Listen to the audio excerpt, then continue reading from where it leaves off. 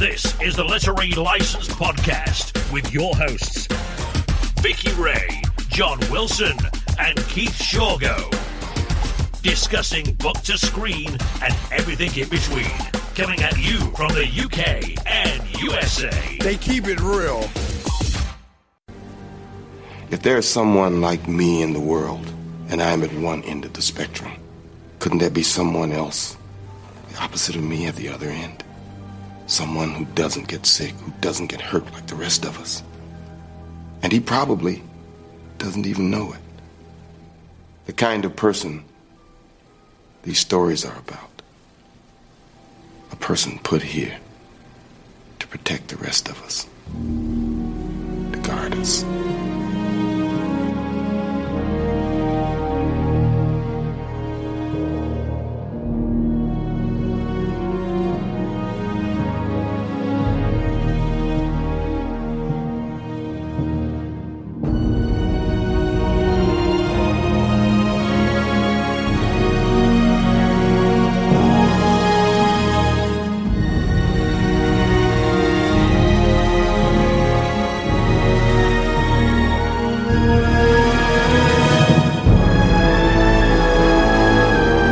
Studied the form of comics intimately. I spent a third of my life in a hospital bed with nothing else to do but read.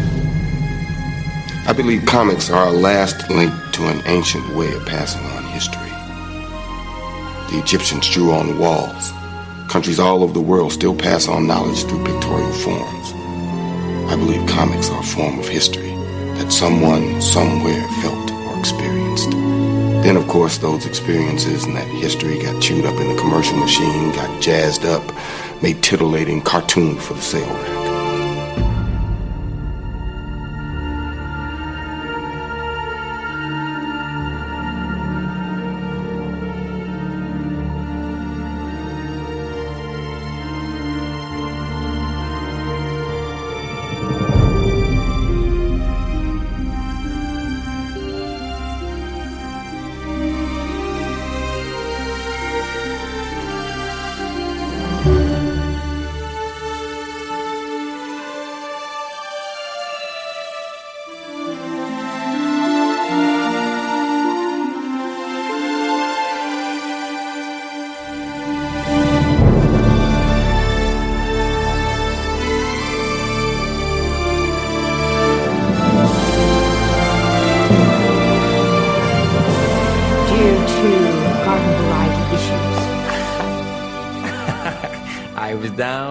Emailed you, and I woke up and I feel better. I feel better.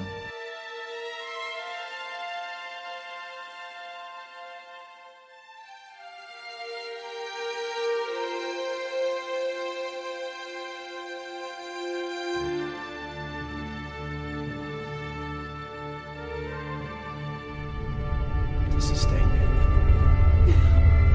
10 to 12 unworthy young next time. This is just the start.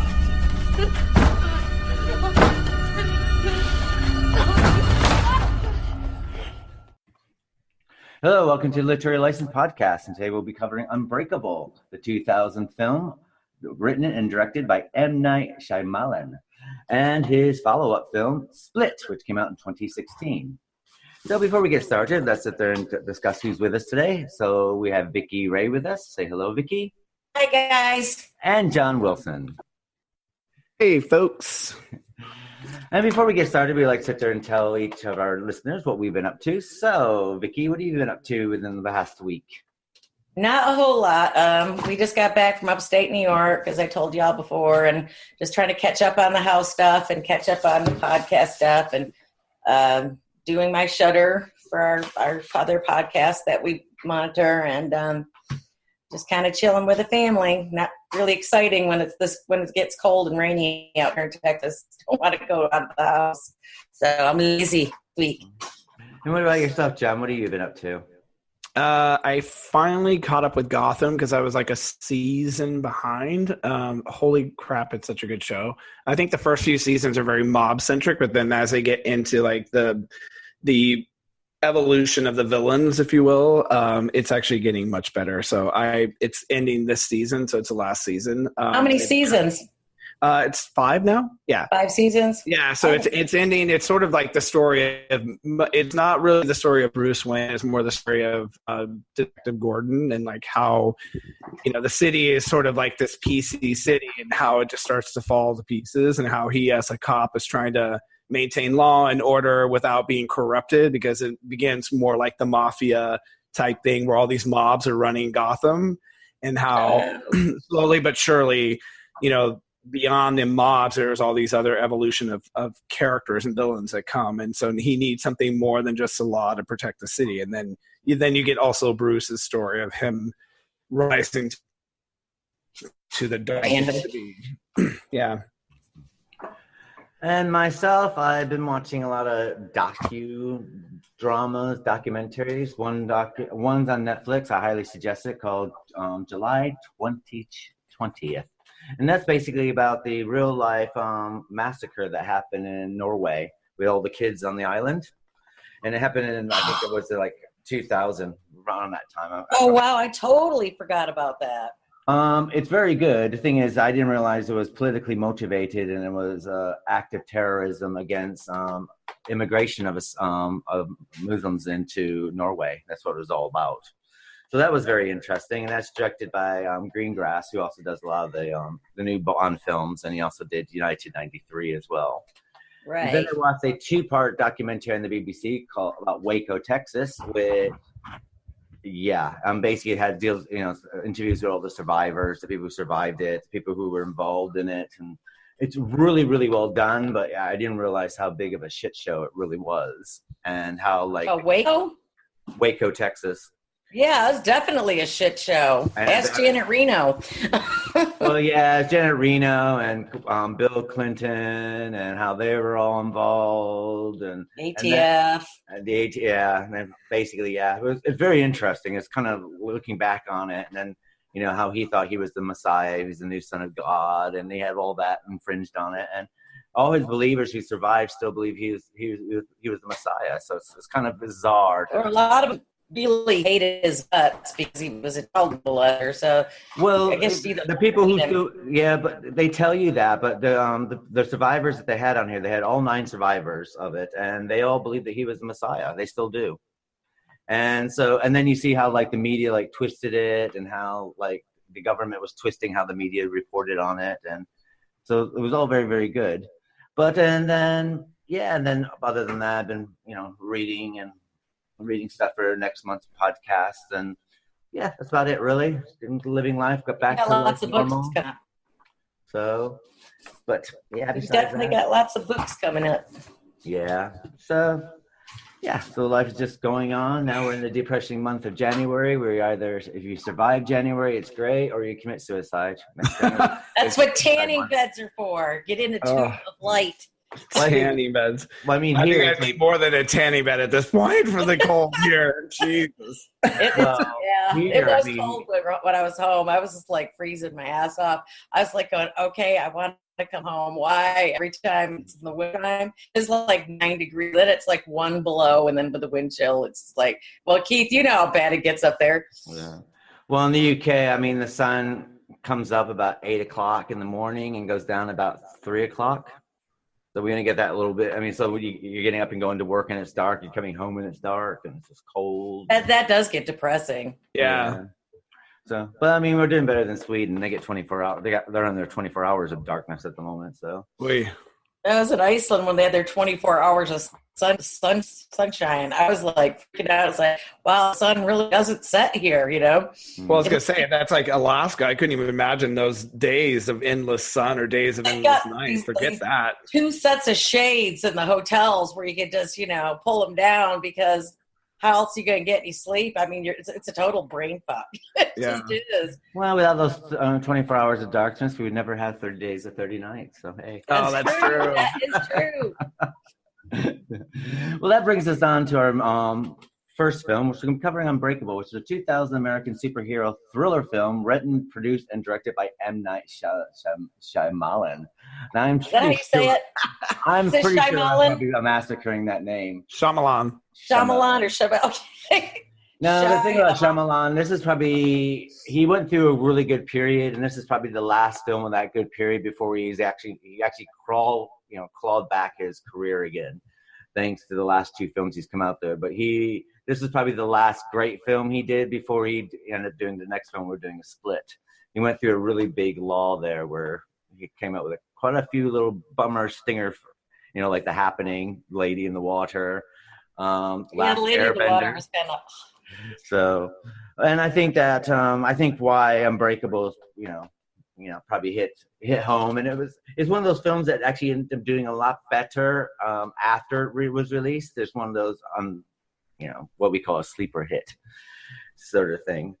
And, it did star Bruce Willis, Samuel L. Jackson, Robin Wright Penn, who's now just Robin Wright, Spencer Treat Clark, and Charlene Woodward. And Charlene Woodward, if you're interested in Broadway musicals, stuff like that, she was a huge star in a lot of Broadway musicals and still does quite a few shows around New York and stuff like this. And she's also Ain't Misbehavin' is probably one of her biggest shows where she won a Tony for.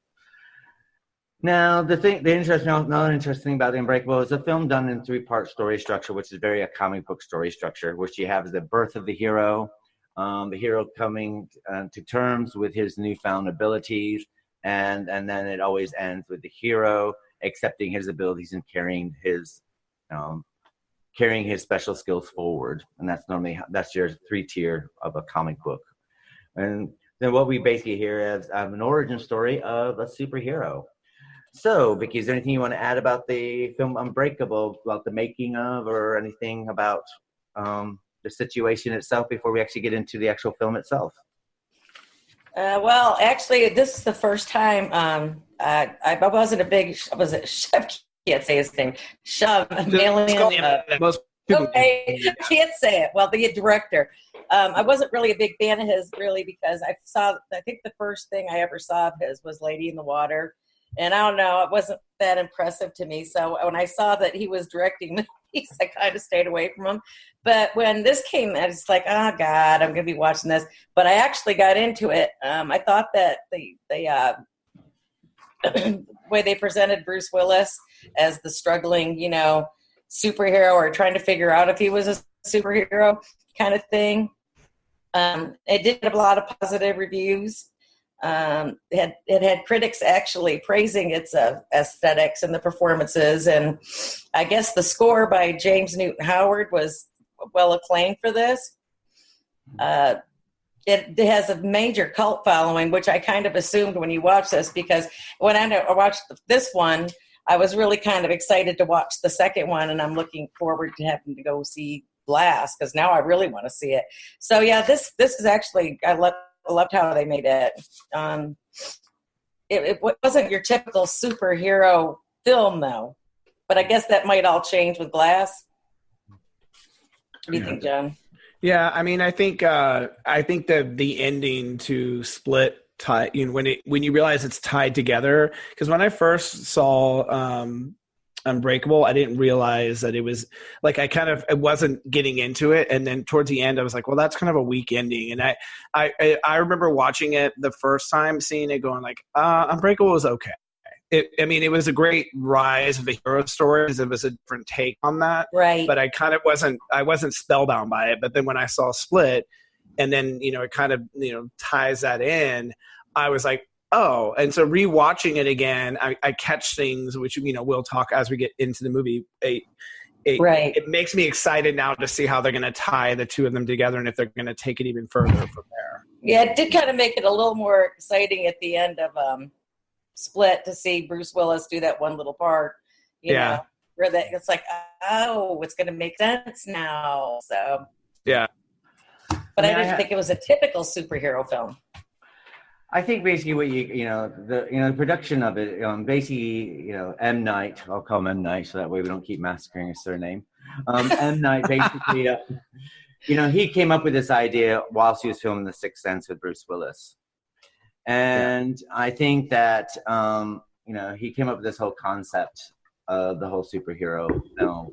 And then, Bruce Willis wanted to work with Samuel L. Jackson again because, they did do Pulp Fiction before together, even though there's no scenes with them side by side together or any scenes off in that. And I think that, he first started off with this film as basically, it's going to be like an origin story. And that's what we got as an origin story. And if you look at any origin stories outside of superheroes either getting bit by radioactive material or finding themselves in a weird situation or coming from another planet, most of your origin stories, if you look at, Batman, for instance, what you basically have is a normal human being going through something traumatic and then learning to use whatever happened traumatically to bring forth to help fight evildoers. And that's and so basically I think what we have here is we don't really have a Marvel superhero story. You have more of a DC superhero story. Yeah. Marvel superhero stories, if you're into your comic books, you'll know that Marvel normally there's only a few that are actually, basically using their human intelligence or gadgets. And that's probably Iron Man's probably the only one in the DC universe. Most of them are either mutants or they've been bitten by a spider or they've been caught in some kind of weird, outer space trauma like the Fantastic Four or something like that. That was crazy. Or there's mutation in the body that happens that creates, Yeah. But they didn't really go into mutation with Bruce Willis, though. Well, I think what you have is insinuated. You just don't know what caused the event for him. I mean, you don't really know the origin point of what happened to him to make him into an unbreakable person, but it's kind of like an interesting take too, because he didn't even think about it, which is to me, I think, a very interesting thing. You go about your entire life not really realize you've never been sick or you've never really been injured, or so to me, was he just kind of at first playing coy, or did he just forget? Like, did he just oh yeah, I didn't even think about that. And then it goes into line as we go to talk about Split eventually, what the mind is capable of, right? So if your mind is capable of acknowledging that you have super strength and you do obtain it, you actually then have strength, right? Mm-hmm. So I'm wondering if it's just more of a neurological thing that he's trying to put a spin on. And I think I always tends to, in his stories, he tries to take something that is very fantasy or supernatural and try to humanize it and make it more like the what if it like makes a person who's watching it go, wow, this could possibly happen, versus the extraordinary of something happening going, oh, that's never, like aliens coming from outer space to, turn you into a creature or whatever, like that's less believable. Whereas he takes something and he takes a story of like just an average Joe who is a security guard at a baseball stadium and turns it into like a superhero, which is like kind of cool because that makes it a very different take on your average superhero story. And another thing that's quite interesting is Unbreakable is actually a Disney film. It's one of the last films to come out on the Touchstone label before Disney closed down the Touchstone Pictures Mania. And then a lot of the Touchstone stuff, if you're familiar with what Disney was doing in the name, Disney went through a really bad lull like in the beginning of the 80s. And then what they started was the Touchstone Pictures. And what we got with Touchstone was normally like quite comedy fare sort of stuff. We got Splash, we got the Bette Midler, trilogy of comedies, 3 Men and a Baby. Yeah, those were all good movies. And The Sixth Sense actually did come underneath the Touchstone Pictures. And, because, Sixth Sense was a huge money winner for everyone involved, that's why they forwarded with Unbreakable.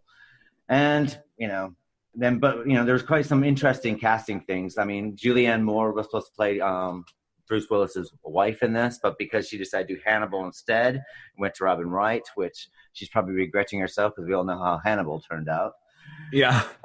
And it's interesting that you say that because she looks, I kept thinking in the beginning of that, I'm like, wait, is that Julianne Moore? Because they picked an actress who looked a lot like her. So I don't know if they just had that, he had that look in his mind. M. Night had that and was like, okay, you look like her, so let's just pick you. And another interesting thing is using James Newton Howard. Now, James Newton Howard, a lot of people don't know, but he scored this film. But probably the biggest film that he ever scored was Titanic. So, I had to say he does a wonderful job in this film as far as scoring it. It does have, if you just listen to the music itself and pay attention to what's playing in the background, it does feel like a superhero movie, which is quite interesting in itself. Yeah. Another thing is that M Night also pulls some stuff out of the water with making things a bit more what's going on within the picture, the way everything's framed. You did frame it like they were comic strip panels a lot of times. Every time that you see Samuel L. Jackson, there's glass involved in every single one of the scenes. And every time that you see Bruce Willis, there'll always be something around him that's unbreakable. So it's always, so when you do watch the film and repeat viewing, there's a lot of things. So they put a lot of thought in this. And this is actually, I think, out of all M. Night's films, this is probably the one that was more personal to him that I gathered from all the other films that I've seen of his. So, yeah. So before we what? Sorry? No, I was going to say he also, in line with that too, if you look at a lot of his movies, just in general, he has sort of this fixation with water too, because it's signs. You look at the water one, what was the water? Yeah. Yes. So like a lot of those, he for some reason has this fixation with water and specific to his movies. So yeah, he does. Yeah, now I think about it, I love Signs. I watch it every time it comes on. Yeah, me too. Now, another interesting thing about Unbreakable, before we break to a commercial break into the trailer, is that when it opened, basically, it only got a 69% favorable reviews. After about 2 years, that jumped up to 98% of favorable reviews. So it looks like it's one of those films upon repeat viewings, and once it gathered its audience, the reviews became better and better as the film ages. So that's quite neat. So what we're going to do is we're going to cut to a commercial break, and we're going to cut to the trailer Unbreakable, and we'll be right back. Amazon. Oops, wrong Amazon. Although we both contain an array of diversity, the rainforest with all of its animals and us with all of our products, come check us over today and find all the products you need quickly and efficiently. And buy it with one click. And now you can even use us to donate to your favorite charities using Amazon Smile. Amazon Smile is worth your while. Come check us out today. The following trailer is rated S for spoilers. But come on, people. Seriously?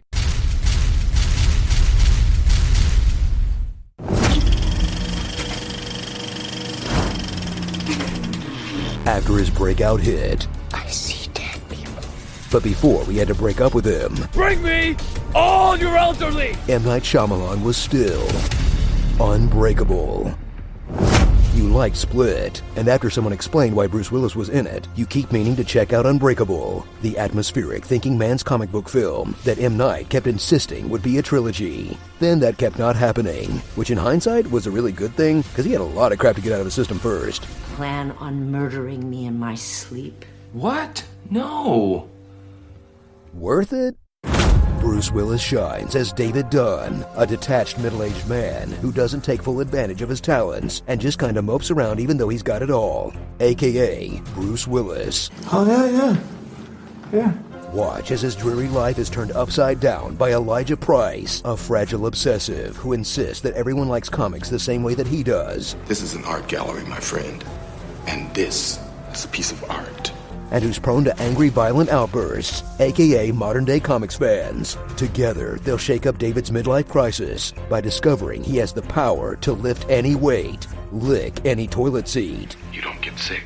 and pause for any amount of time in the middle of a sentence. I'm so moving there. Just not now. Something's just not right. This morning was the first morning that I could remember that I didn't open my eyes and feel sadness. Strap in for everything you love about early Shyamalan, like clunky dialogue, You can't let bad things happen to good people, right? That's your code, right? That's the hero's code? something about water being scary, I'm afraid of water. You have a weakness. Water. Do you remember the story about the boy that almost drowned in the pool? and a twist you'll never see coming the first time that will be so obvious the second time around, you won't know how you missed it. They say this one has a surprise ending. I mean, is it still a twist if you're expecting a twist? Or is the real twist knowing he knows you think a twist is coming, so he probably won't do a twist, then doing a twist anyway? Boom! Shyamalan! So before you experience the mind-blowing scale of the next big comic book movie, dial things back. Like, way back. For a superhero film that does it all without CGI, epic battles, or sky beams. Because sometimes all it takes to tell an epic story is the power of stairs.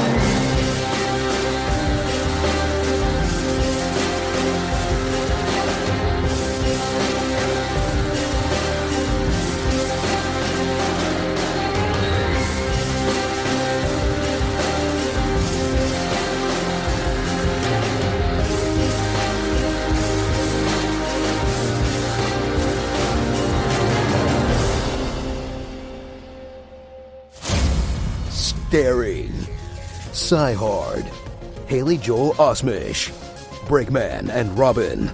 And in West Philadelphia, born and raised near the playground was how he spent most of his days. Healing up's taxing cause fate is so cruel, too sick to shoot b-ball outside of his school. Then an unbreakable guy who was up to some good started saving children in the neighborhood. He derailed one little train and the guy got scared and said, "I'm sending you to an asylum for psychological care."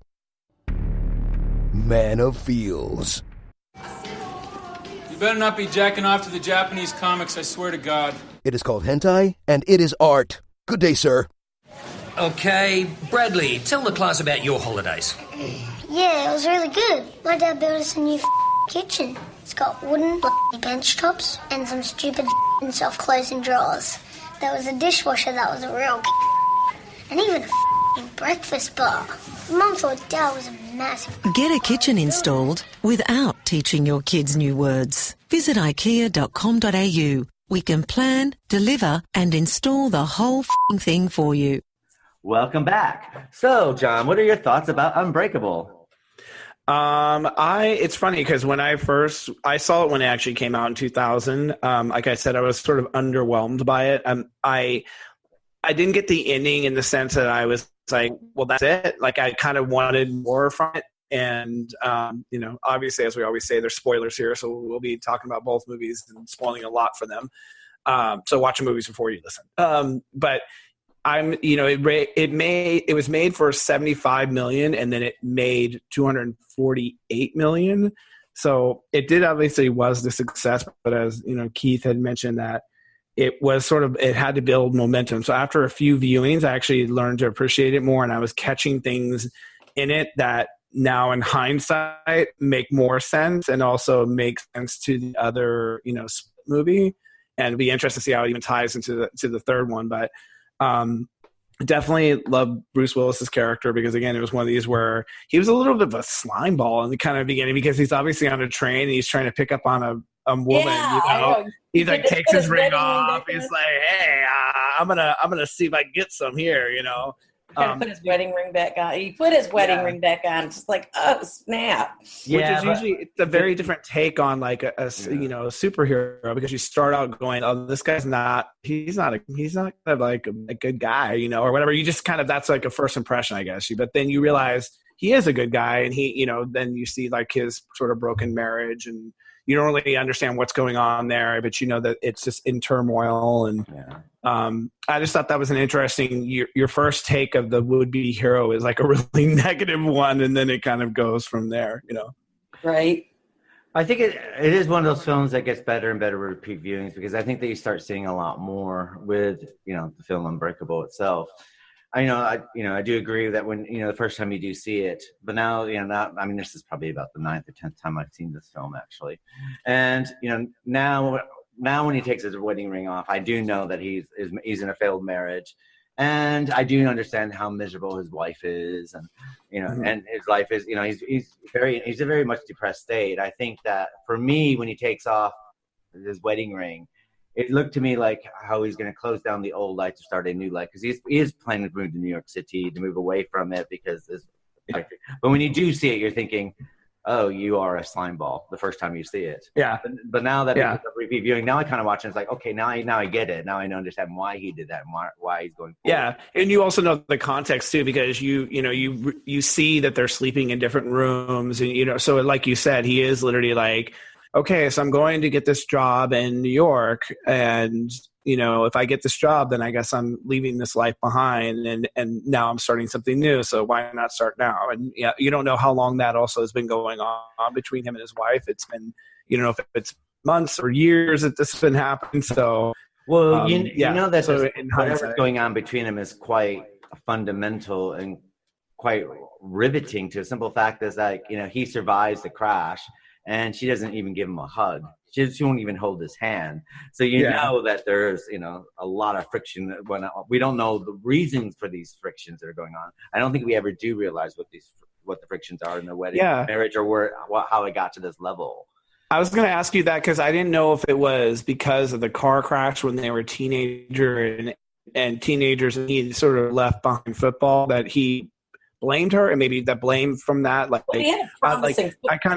I kind of felt like that was the only conflict that I saw between the two of them that was like spoken, right? Well, she wanted him to quit football. He had a promising football. He probably would have got a full ride wherever he was going to go.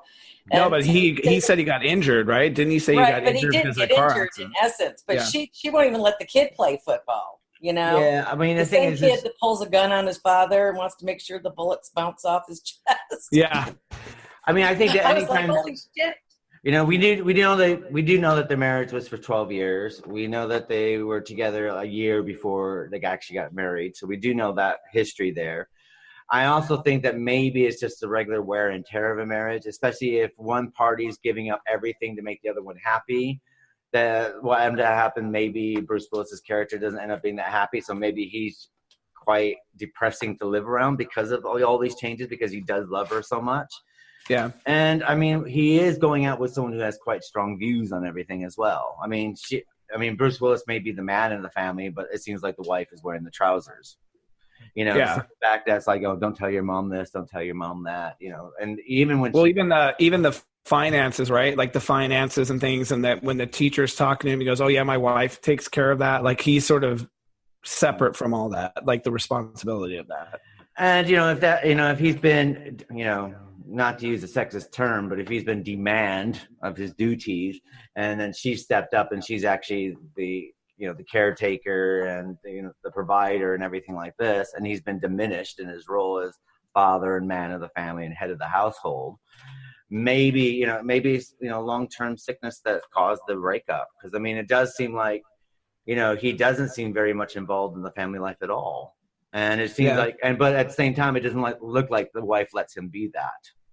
But I miss they call him Mr. Glass because he's breakable. He's polar opposite of Bruce Willis. Well, but I think it was also the nickname. The kids were mean to him and called him that. So he kept breaking bones easily. But when did he become aware of Bruce Willis? I missed that.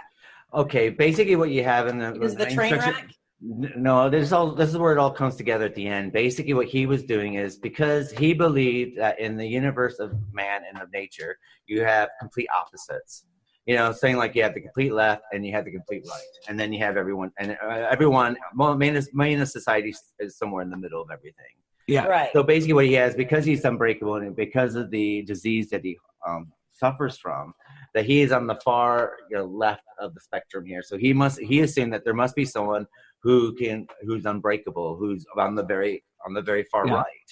And that's why so what he was doing is that he was creating all these tragedies, setting fires to buildings, stuff like that, to find the one person who was the complete opposite of him. And it's also too, what do we all try to search for as our purpose, right? So you can't, to be in such a pain and brokenness, he had to believe he was there for a reason. And so with the, coupling with what Keith said, to believe that something really bad is happening to you, there has to be a reason why it's happening. Everything happens for a reason. Well, the reason is you have someone on the opposite end of the spectrum who is like it. Like for him, he had to do what he had to do and kill all those people to find that one person to quantify I do exist for a reason. And this is why I'm here. I kind of, for some reason, that went right like over my head at the end of the movie when he sees Glass. And spoiler here, but he sees all his drawings and his blueprints for his visions too. Well, I mean, visions, like he basically up until that point, he never had touched him, and so part of oh, that's right, when he grabbed his hand. David's ability is not only just to be unbreakable, he's also has the ability to see the darkest side of someone and really see the really bad things a person can do, and vice versa. Glass, even though he is breakable, he's ultimately a genius. He's like so smart to be able to mastermind all of these things that have happened. So, you know, he is actually enacting the very bad things that are happening and be able to kind of get away with it. So it is a perfect coupling, you know. It did come all together. Now, I was just like, I thought I missed something. I don't know. It was like, but you're right. When he grabbed his hand, you know, that's when, that's right. He got the vision of how bad. Like, well, we should now. I think this is the part where we should shake. And he knew what he was going to see, and it was almost like in his mind, it was foretelling, right? So he, as in a comic book, he would see the narration of a story. This was his narration of his story, and this was like a pivotal moment where he knew. You know, he could have said to himself, if I do this guy could kill me. But as as Bruce Willis is kind of walking away, it's like, but the villain and the heroes, they are often start as friends, and we are friends, right? And so it's such you're like, oh my God, it's kind of a great realization, I think what you also have is in life, there are the far, the far things. You have extreme good and you have extreme bad. Horror movies deal with this trope all the time. You have the very good, who fights the very evil all the time. Christianity, the Bible is full of, alternative good and alternative evil. Everything's kind of black and white. Most everything actually is involved in grays, but you do have these extremes as well. And then another thing is you got to remember that the comic book structures are extremes. Like as far as my comic book lore is concerned, I know more about Spider-Man and Batman than some of the other stuff because I was more involved in those as far as a kid and, watching those and interested in those too. And, there's a classic line in Batman that sits there and says, I think it's the Joker that says to him that, you create us monsters because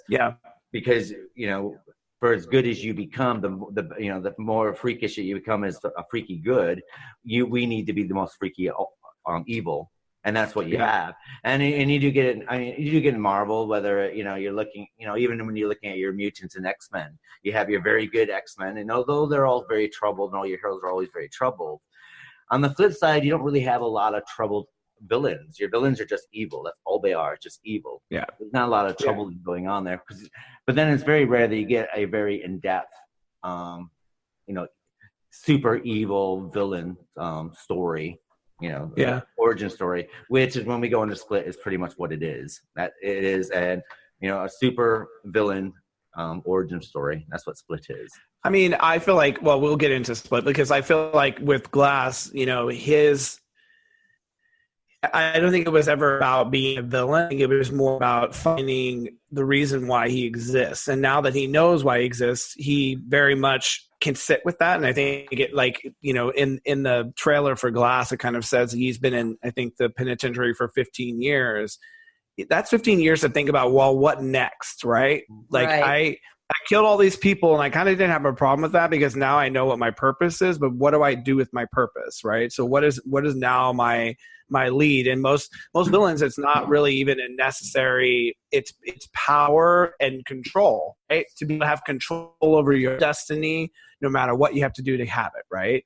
And then for the heroes, it's usually law and order, protecting the virtue of law and morality and protecting what, people and maintaining sort of this balance that exists in the universe and not letting anyone offset that balance. So, it's quite interesting to see that character because I didn't see him as really a villain. And even at the end, when he kind of that big dum, it was kind of like, wow, that's really effed up that you did that to kill that many people. But it was his way of saying, I needed to quantify why I exist because he was so tortured. And I always will say to myself too, like, I can't imagine, living with something because my dad's aunt, so my great aunt, had a similar disability where she couldn't move around because if she moved around too much, her bones would break. So she was bedridden her whole life. I can't imagine what that life would be and how torturous that would be. So you would have to have something to make you feel, right, and live because of that much pain in your life. Well, I have a friend who is osteogenesis. They're stage 1. And basically I think they've broken their bones 87 times and they're 24 years old. And it could be simple facts like getting out of the bed too jumping out of bed and like landing too hard on the floor, and the bones in the feet would break. Just can't imagine. And I mean, their life is very, very, constructed. So I mean, I think where M Night really, threw it out of the water is that he actually, used a real medical condition to actually show it, which I think is, it would have been very easy to make something up, sort of thing to get your point across. And I do think that, one thing that does lead to the whole the superhero comic vibe of the whole thing is that Mr. Glass, even though in every comic book, when you do have your league of villains who always come together, you do get one who's the mastermind behind it. And what we got here was, normally we don't know why the mastermind is the mastermind. We don't really know what their origin stories are and stuff like this. And what we got, luckily, with this, and it's probably the first time in any kind of comic book hero movie that we've seen up until this point, that we now have a mastermind origin story as well. We know why the mastermind is the mastermind. Normally, whether you watch all these Avenger films or all these other films that are, they come out, and we do get quite a few per year because there is a huge market for it now. At this time, there was no market for superhero films. I think all we had was Batman, and we would get the occasional Superman film, which would be very levels of quality, which a lot of them are a lot weaker and better. But all we pretty much really had up at this point was probably the Tim Burton Batmans before Joel Schumacher turned it into a homoerotic fetish movie. Homoerotic fetish movie? Yeah, because with all the outfits and the latex and everything, I mean, it was very much like, Once Robin came in, there was no turning back. Yeah. And Alicia Silverstone coming in as Batgirl, and then George Clooney killing the franchise altogether, and it lived around after that. But but we never really got like the true mastermind origin story. And we do have mastermind. Okay, we know that in the Batman universe, normally Joker's the mastermind. He normally tends to gather all his villains together. And we do know that in Spider-Man, we normally have this Dr. Octopus that will gather everyone together. Yeah. And then, and I believe that the DC universe is always one that will gather everyone together. And I know Marvel, they have one supervillain that kind of gathers 5 or 6 of the evil villains together so everyone can join and fight them. But we never really get the mastermind story, their origin story, how they become the mastermind. And I think it's very interesting that you get someone who is very, very weak physically, who can't really do anything. So therefore, it does make sense that mentally he would be the mastermind, because basically he can't be out there fighting and do stuff like he has to fight people with his mind. So he's going to be a lot more clever. And to be honest, a lot of your superheroes are not that clever a lot of times, because they act on instinct and they act on brawn. They don't really, I know Batman tends to go more on, a lot of the brawn and physicality of it, but he does have a little bit of help, now that. What about the new Aquaman? Well, I mean, Aquaman was really good. I liked it. It was really good. I haven't seen it yet. Did you like it? Yeah, it was really good. I mean, I think the only reason why Batman might have a little bit more brains and stuff like this, because his origin story, when Bob Kane first wrote him, he was a detective who dressed up as the Bat to fight crime. So he would do, power of, so he's always like solving cases. But now later on, because Batgirl gets crippled by a Joker and she became the Oracle, now he has a lot of help to do the mind. So he is a lot of brawn, but most of your superheroes are just brawn and action. It's always act first, and then you always have like consequences from their actions, and then they have a bit of doubt about themselves, and then they carry forward to save the day. But you never really hear about the mastermind, and I think this is where M Night really pulls it out of the bag with Unbreakable, because we do have a realistic superhero movie, which it all makes sense in this universe. It actually makes sense in the natural world that we live in, and then we also now have a mastermind. Why he's the mastermind, why he does it. And we know now that he's got a brilliant mind to be able to pull everything off that he pulled off, and not one thing coming back to him, because they're all considered natural disasters that he caused. Yeah. Well, here's the 3 things why I think why he becomes that too, is because with what happened to him, the circumstances of what he is, all he does is sit and watch. So you become very hypersensitive. You can see everything that is going on around you and catch the things that you and I might not catch. He pours over so much knowledge and learning, and because he can't really go out there and do it himself, he can sit behind a book and a screen and constantly absorb all of this. And he doesn't have lunacy, so he's not crazy. Where crazy sometimes, yeah, well, but like not crazy though, because like the Joker was just crazy because of, you know, things happening to, like, they go back to his origin story eventually, but it's like this wasn't really things that had happened to him to lead him to lunacy to make him act out and become like this mastermind. They were pretty much, you know, the circumstances of the situation and how he used his strengths, right? So because he was so fragile, he was fragile physically, but mentally he could stretch those muscles and grow those muscles and make that his power and prestige. And it makes me wonder, I go back to what will happen with that character and him sitting 15 years on this and thinking about what he wants to do.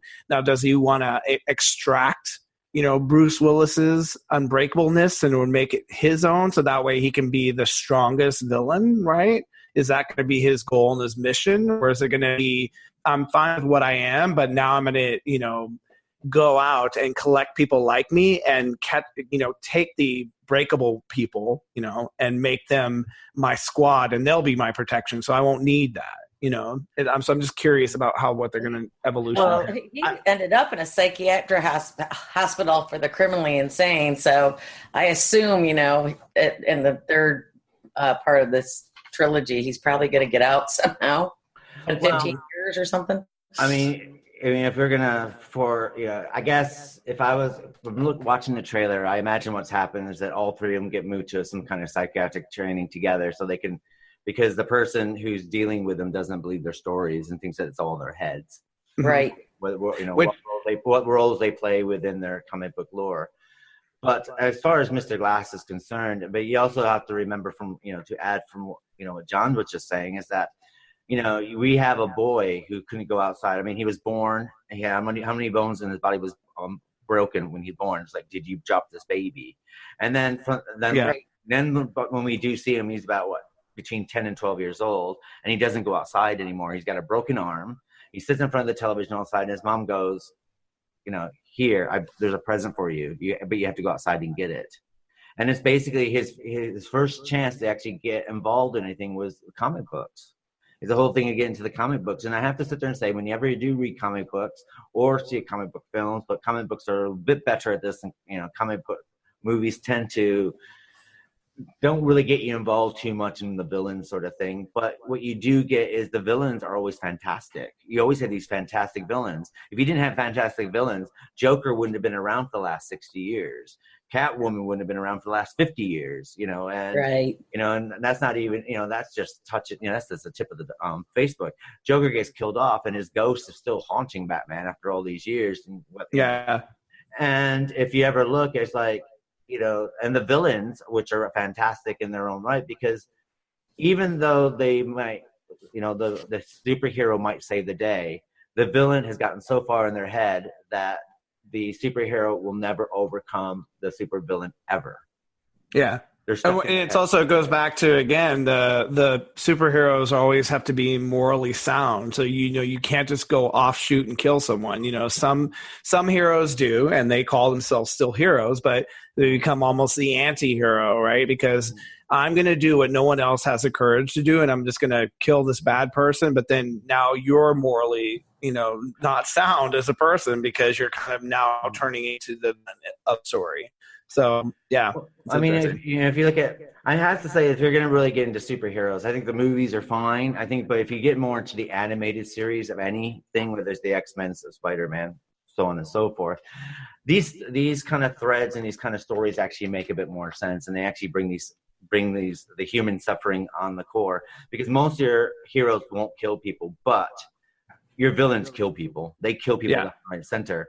But there's also this weird sense with the supervillain that you don't get with the superheroes, that sometimes they're doing the stuff that they're doing, and it might be for all the wrong reasons, but there is a logic to the reason why they're doing it. Yeah. And I think that's what makes Mr. Glass quite an interesting character in the Unbreakable series, because even though you can understand why you understand why he's done what he's done. You understand how he's being able to mastermind what he's done. He's the one that puts everything together. And even though, he's killed a lot of people, you still have a lot of empathy for Mr. Glass. At the end of the day, you understand where he's coming from.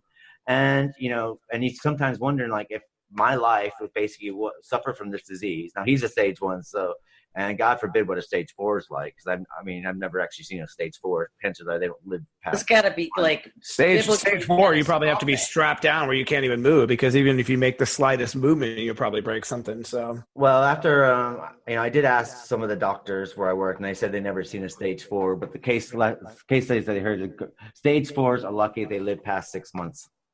Wow. So, is this like a cyclical thing, like cancer, stage 1, stage 2, stage 3, or no? There's stage 1 is basically like Mr. Glass. Stage 2 is a bit more severe. Stage 3, and then stage 4 is the most severe. And basically, what it is your body doesn't produce proteins in your bones, and it's a genetic disorder. In the marrow, it doesn't produce enough protein to hold the marrow together, which is the density of it. Or creates the density of your bone. Yeah.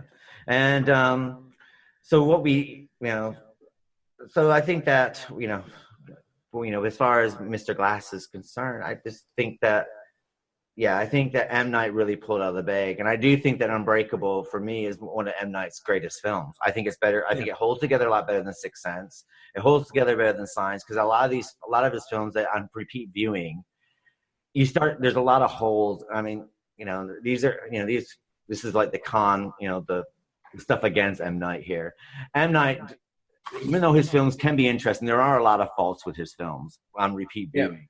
You realize there's a lot of plot holes in it. You realize that sometimes that the surprise ending is forced. You also realize that he has a lot of clunky dialogue in his films that don't really work.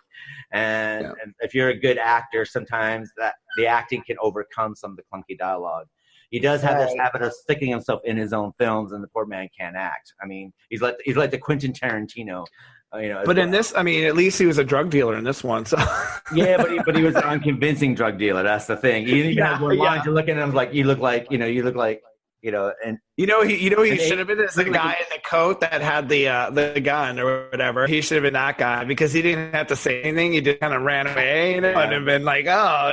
But I don't even think he could pull that off. I mean, he has no screen presence whatsoever, unfortunately. And he does insist, he thinks he's doing an Alfred Hitchcock or something like that, but Alfred Hitchcock was smart enough to just put himself in the background, not have any lines, and he'll just walk by. Right. Well, it's an interesting thing, because I think he's like himself as a Hitchcock and a Stan Lee, because like Stan Lee was doing cameos in all of his films, and it was the second norm for him to like insert. But Stan Lee, when Stan Lee was being put in all the Marvel films, and God bless his soul, it basically was like a homage to him. It was other directors putting him in. Quentin Tarantino does the same thing. Quentin Tarantino seems to insert himself in the weirdest positions of his movies, and you think to yourself, you're really enjoying it. It's like, oh fuck, here comes Quentin Tarantino. It's like you're looking at your watch, waiting for the 5 to 10 minutes until he finally gets off the screen. And unfortunately, M. Night's a bit like that. In this one, he plays a drug dealer. And what we basically have is an Asian dad as a drug dealer. That's pretty much what we have. He's probably as hard as as Mr. Glass's Breakable. You know what I mean? This is like, he's just, luckily he had 1 or 2 lines that he said very woodenly, and then he was off. But you still had that like bad taste in your mouth, like, oh my God, it's M. Night again. You know what I mean? So, so when you look at all his films, I do think that Unbreakable is probably the strongest. It's the strongest written, the strongest directed, and probably the most strongest acted as well. And what you have is a film that you can watch on repeat viewing, and there's no holes in the script. Everything does make sense. Mm-hmm. And that's what I quite like about Unbreakable. And I have to sit there and say that, when I first saw the movie, I saw the movie when it came out of cinemas. I did like it a lot. I liked it so much I did buy the DVD version of it. And, and I have watched it numerous times. And I can't say it's my favorite film of all times, but it's one of these films I appreciate the more I see it. It's one of these films I do appreciate a lot. Sort of. Agreed. I like the dialogue between, David and Glass, Elijah. Mm-hmm. And I like that, it wasn't a rush, as you mentioned. Sometimes M. Night has another trigger point. He loves his surprise endings. And the problem with that is like sometimes I feel like he writes the beginning and the end and then fills it with a bunch of stuff, and he's so eager to get to the end of the surprise that, when there's these big potholes that are in the middle of the movie, you kind of just stumble along and then you get to surprise and you're like, oh, that's interesting. And this one, it pays out, right? Because at the end, when you get that, oh crap, that's a villain, and now is that his villain? And you just kind of go, wow. And I think maybe when I first saw it, I was a little jaded because of, as Keith was saying, you see some superheroes movies and it's very exaggerated. It's all these exaggerated characters. And I was like, wait, this is like a superhero movie? I'm like, well, no, it needs to be more.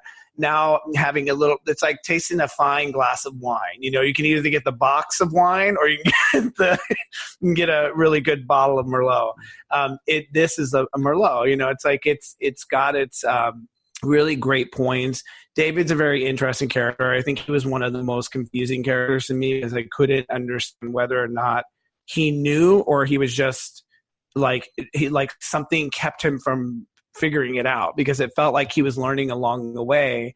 And I just, in my mind, that was like a big question mark. Like, how do you not, I know the very first time I was ever really, really sick, and I remember many subsequent times after that when I was sick.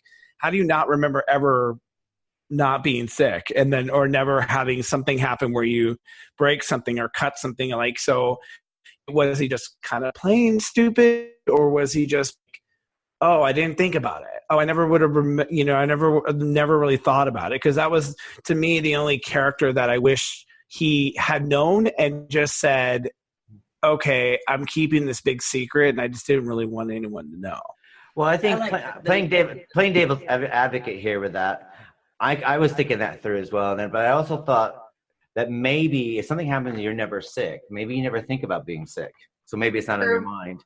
Because I know, like, whenever flu season comes by or whenever cold season comes by, and like now I'm developing a sore throat. Obviously it's that time of year again, and the thing is when that certain times of the year come by and you think, oh God, I hope I don't get the flu, and you start thinking about things like this because you're used to being sick. But suppose something happens and you've never been sick, you probably would never think twice about it. And the thing is like, maybe I mean, I might be reaching here and I might be like trying to plug a plot hole here. But there's maybe it's possible. I mean, the thing is, I've never met anyone who's never been sick, but I know that people who have been sick, and let's say they have like chronic illnesses or something like this, what they do, they spend a lot of time thinking about last time they were sick and when they're going to be sick next. Yeah. I mean, that's what I'm wondering with this, is that the trilogy is a sort of even another big mask to the third one is going to be the capabilities of the mind and what you're capable of doing, and what the superhero is going to be capable of doing. Because they didn't really villains show too much what he could do at that time, because he was like little baby steps in this movie.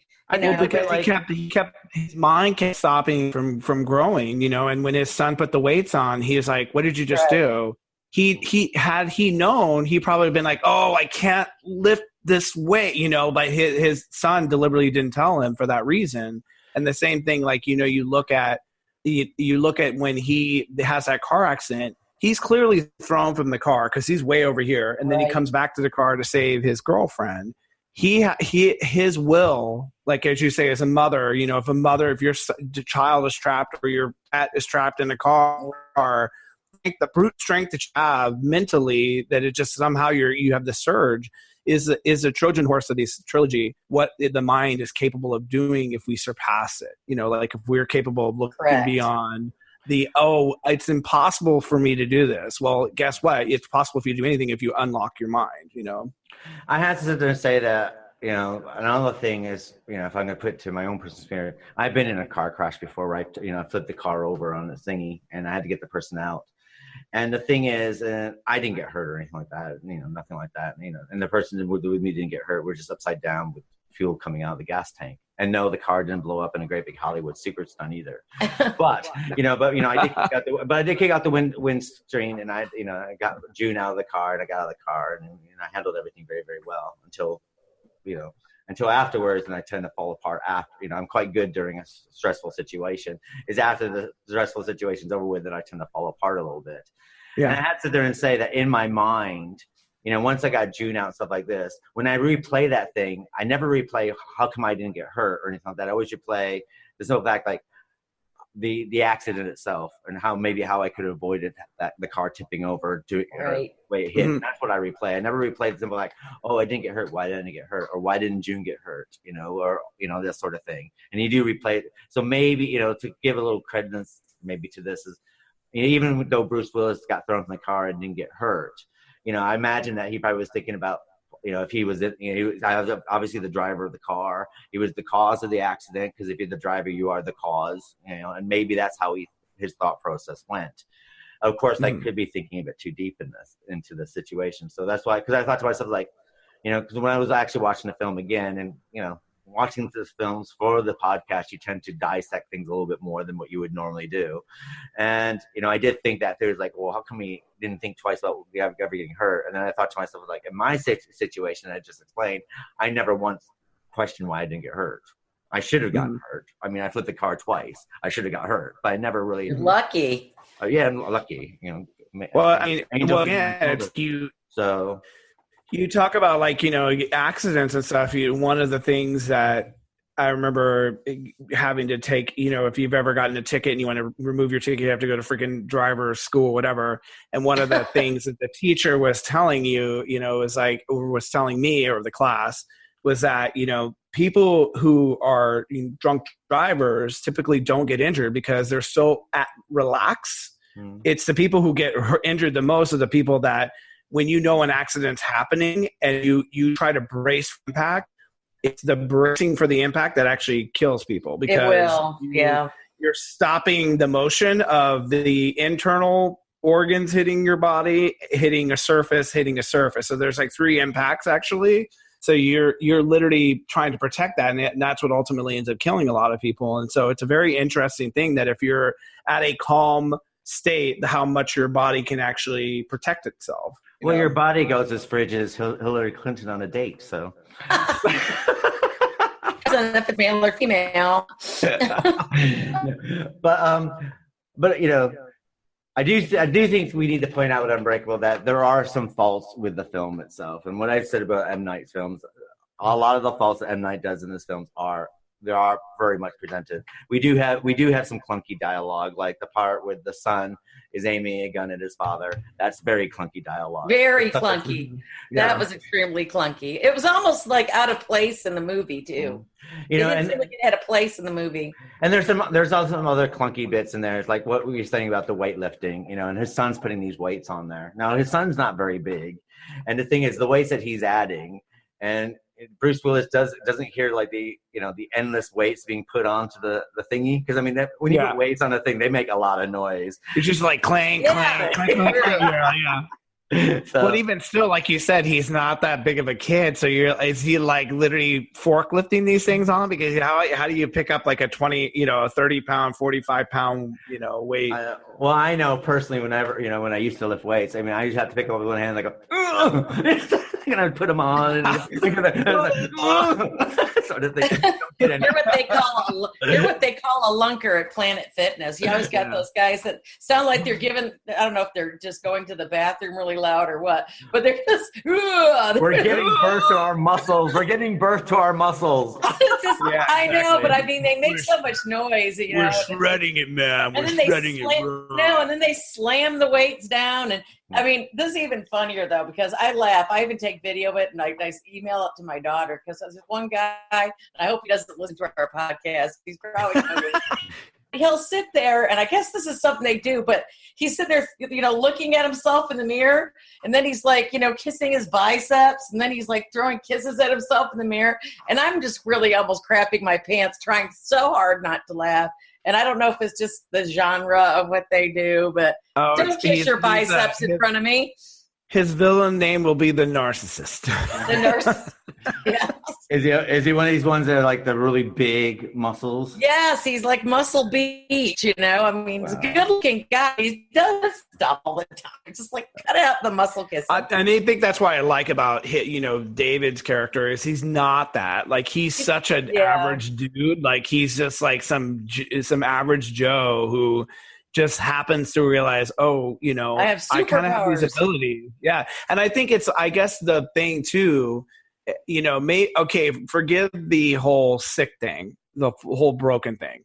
But the Right. psychic thing, that's a problem for me. Because how do you not know you have that? Like that, like, have you just never come across a bad person? No, but I've never come across a bad person and like touched someone and then did something like, like that's what's kind of like that was the other thing. It was like, Well, don't you ever notice about certain people that just throw a vibe and you're just like, whoa, I don't want nothing to do with this person. There's something wrong. no, but I'm saying throughout his entire adulthood, he's never touched another person and had a bad vibe. I Like bet he just had a block. Either that or he surrounded himself with like nuns and well, no, that's not really good either. Well, because they've got some bad things too, so never mind.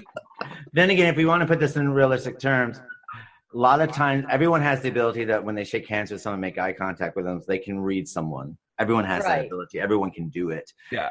But a lot of times people know how to shut it off, and they don't pay attention to it. So maybe he's one of these people who just doesn't pay attention to it.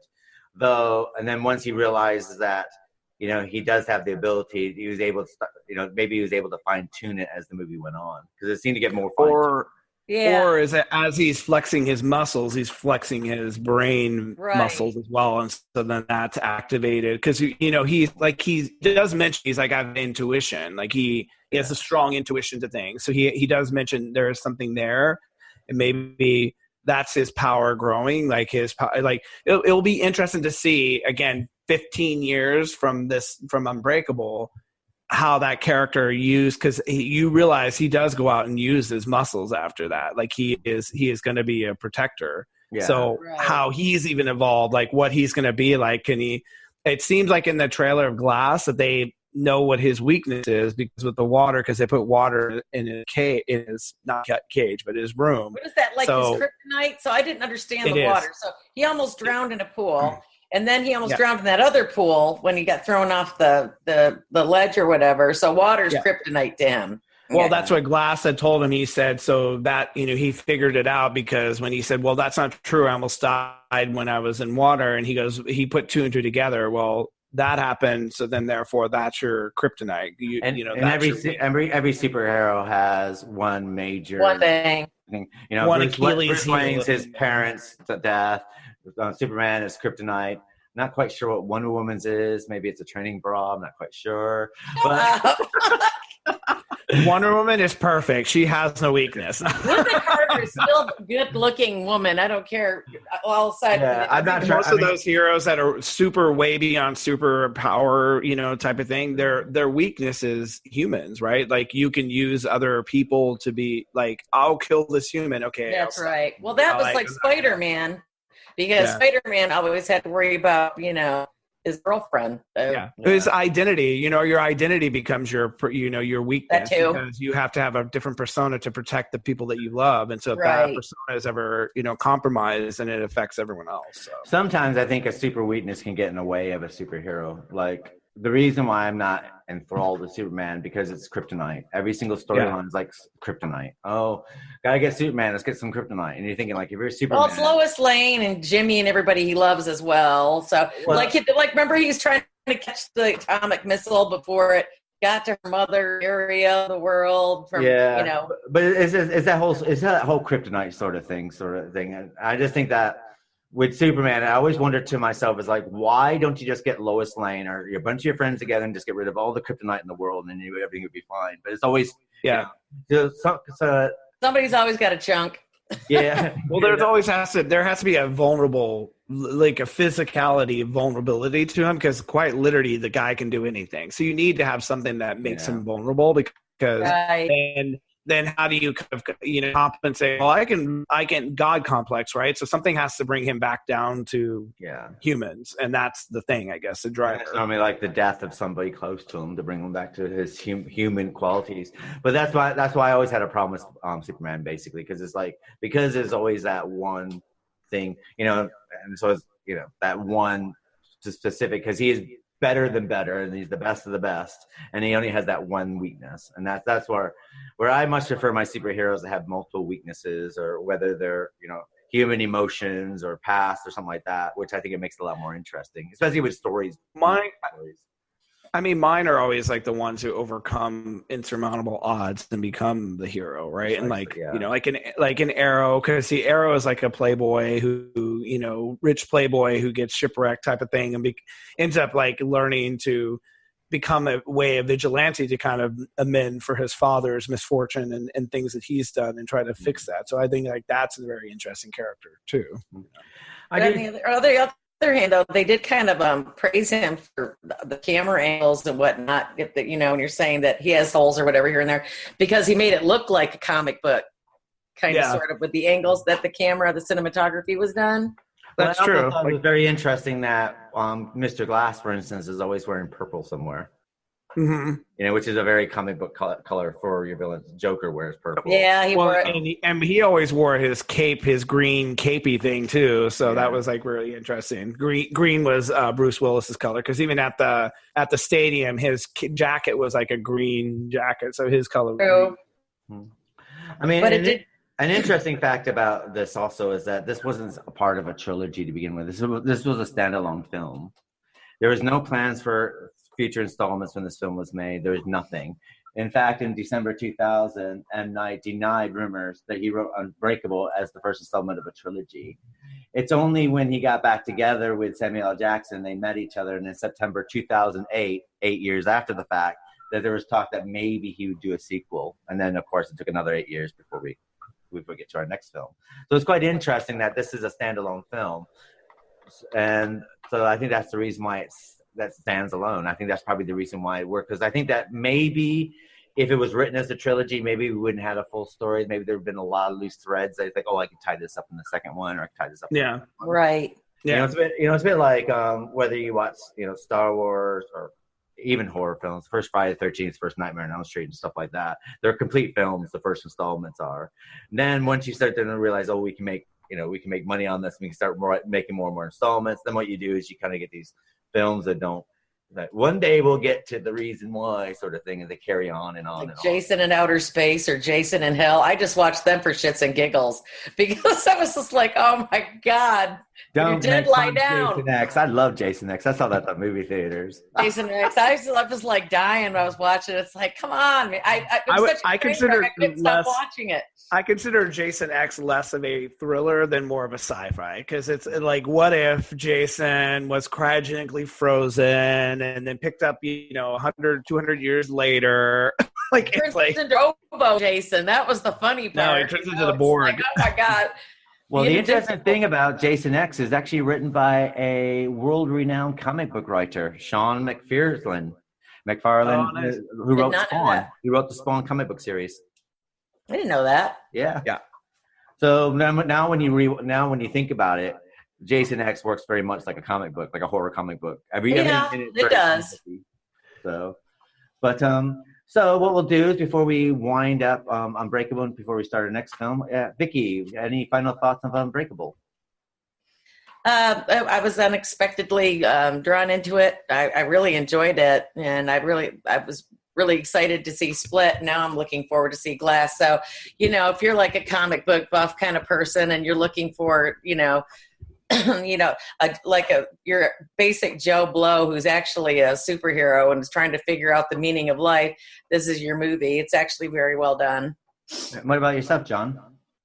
I agree. I mean, I'm a huge superhero villain fan, and I definitely think I underappreciated it when it first came out, but now I really appreciate it, and I have watched it now at least 4 or 5 times over.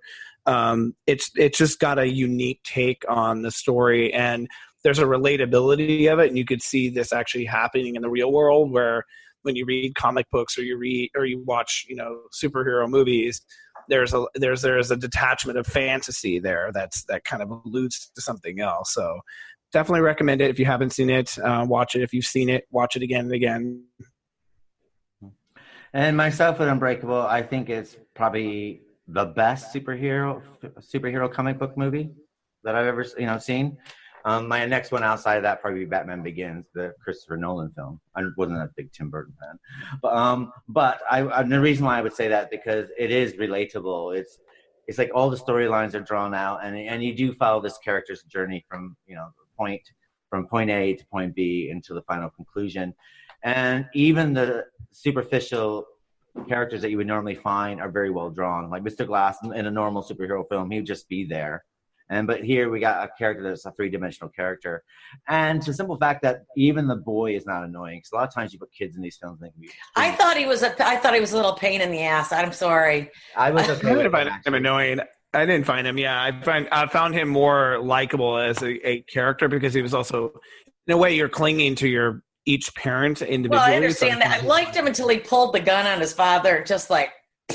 Someone slapped me. He was trying to prove his point. He was trying to wake his dad up. I'm going to wake you up, Dad. When I was a kid, I thought my father was a superhero too, but I get my ass beat if I pulled a gun on my father. But I also think that if M. Night didn't have his clunky dialogue there and it was played a bit better, it might not have been as good.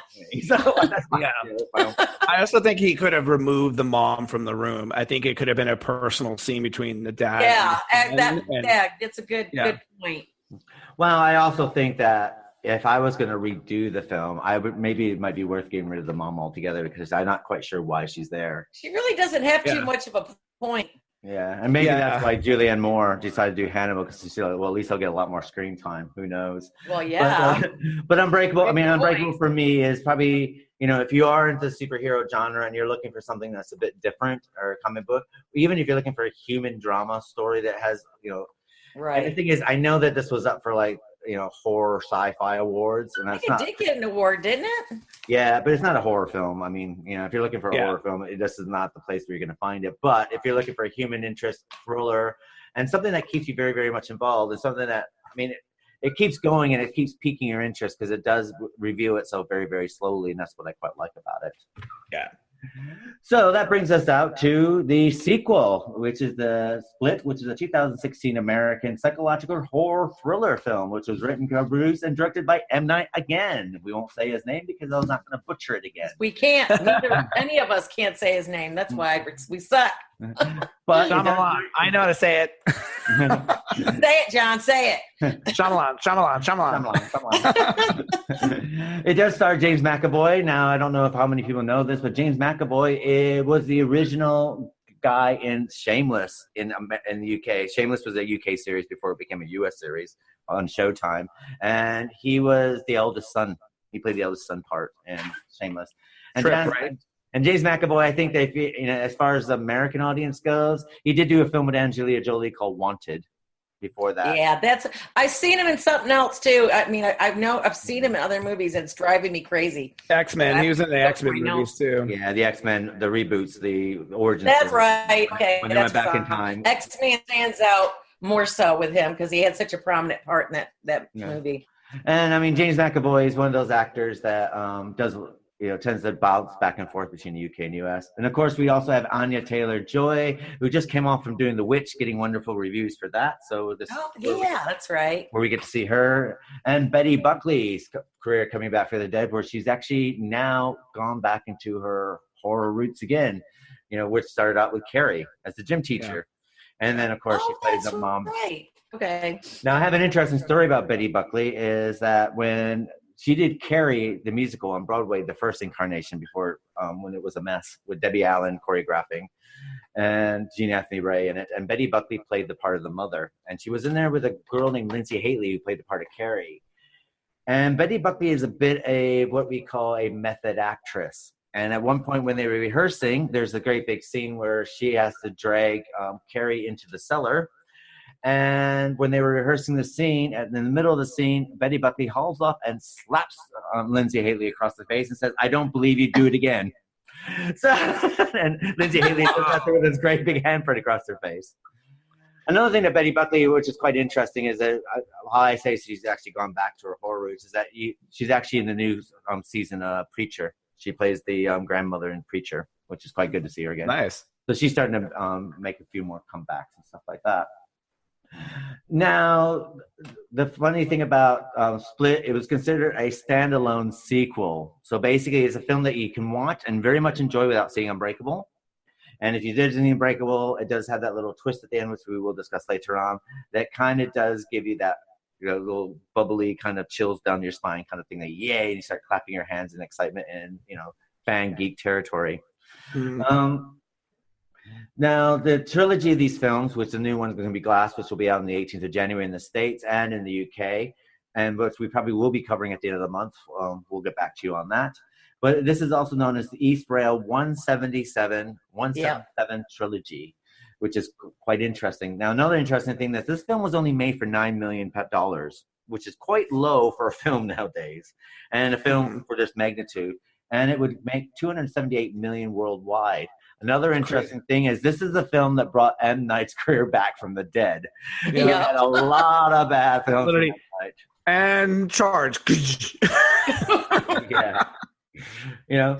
And I mean, we will get into that. This film does deal with some of the M. Night's cons that he does have. We do have a return of some clunky dialogue and some plot points that don't quite make sense, but the film does hold together, and we'll get into that more when we discuss the film.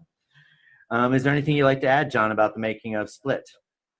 Sure. I mean, he when he produced this, the interesting thing is Kevin was actually supposed to the character of Kevin was actually supposed to be in Unbreakable, and he just pulled the character because he thought it was actually it was creating a balancing issue between the other characters, but he sort of shelved the character of Kevin, was like, I'll use him somewhere else. And then that's, I think, from the success of Breakable, he, I guess, used that as a launching pad for that character. But I think it's interesting that they also filmed the alternate ending because of that reason. Like, they created an alternate ending where they placed in there and surprisingly then created the other ending. So that way when people saw it, it was like, oh, wow, this is what, when the critics saw it, they actually saw that version with Bruce Willis at the end. So you got to make sure you don't get up when you watch it and think that it's over with the movie credits. Stay there and watch. Well, the good thing is they don't put it now at the very end of the credit. Like they actually put it about like 30 seconds after the movie ends. So you're not like, oh, okay, there it is, Yeah. Well, which is quite interesting because a lot of superhero movies anyway do have that epilogue, and almost all of them, which is quite interesting. So it's quite fun that he actually added that in to actually tie in the whole comic book thingy. Yeah.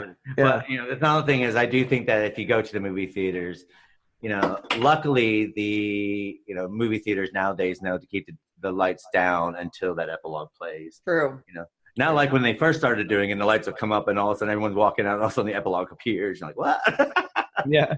Well, I thought what I thought about this movie is when I was doing some research on it, I thought it was I didn't like the controversy, but it did get a little stigmatism because they thought they were bashing mental illness. So, I mean, it's a very different. We're going to go back to like last week or last podcast of Sybil.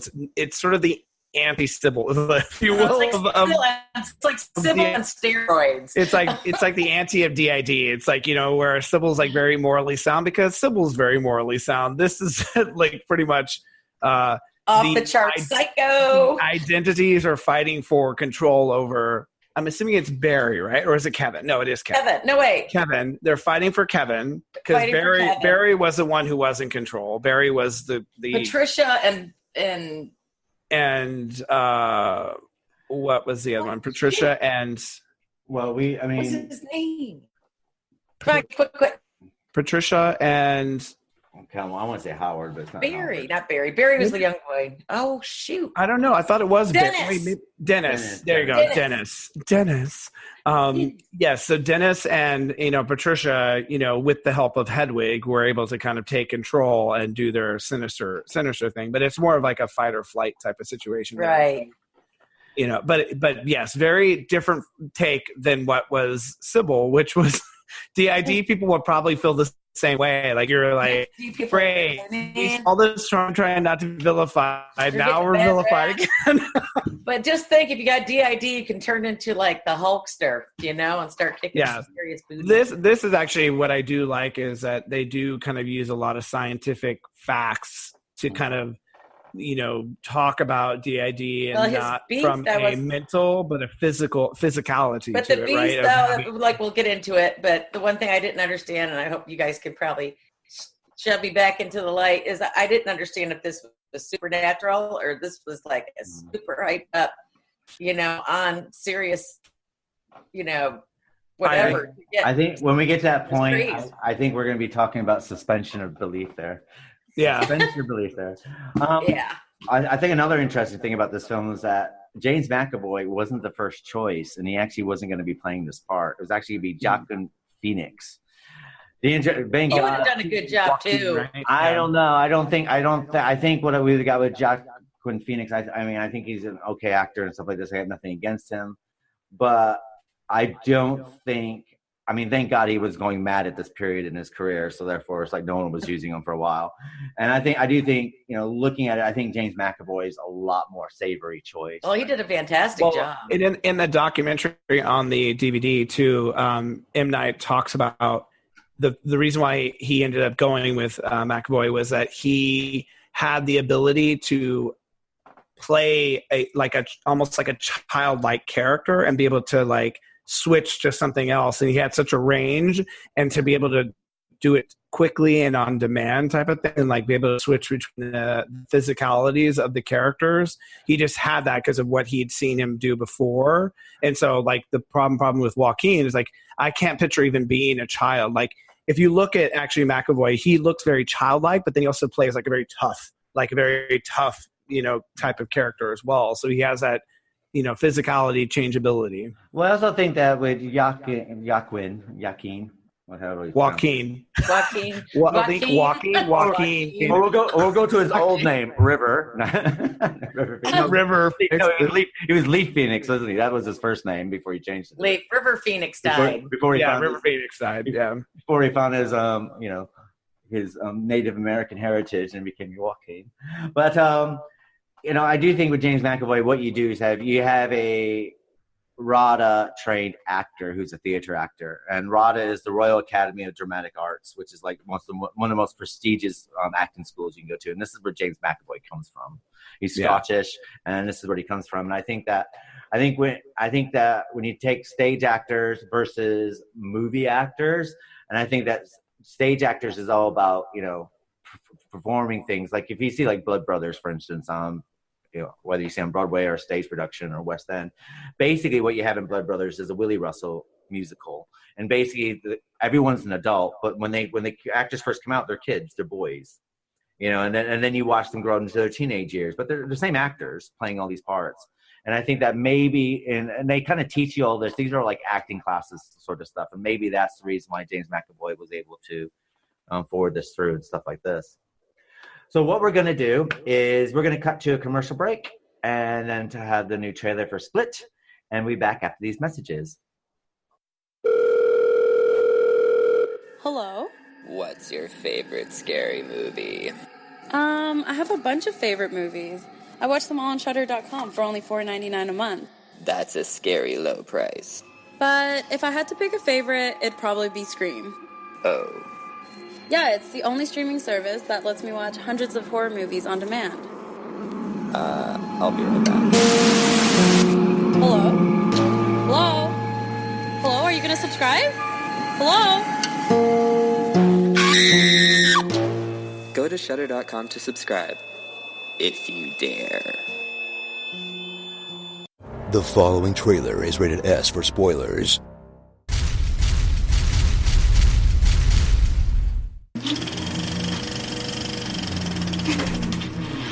From the director who exploded onto the scene, then went out like a hot fart, comes what might be M. Night Shyamalan's greatest surprise yet.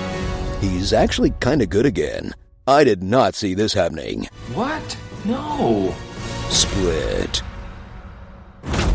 James McAvoy stars as a man with 24 split personalities in the same body, but get ready to see only about 8 of them, a few of which kinda blend together. I think I'm talking to Dennis. Still, he'll teach a masterclass in channeling a wide variety of creepy personalities, like Creepy Child, Someone's coming for you, Creepy Tim Gunn, That one, I'm gonna hand print it with newspaper headlines. and Creepy Mrs. Doubtfire. I think I'll put a pretty flower in your hair.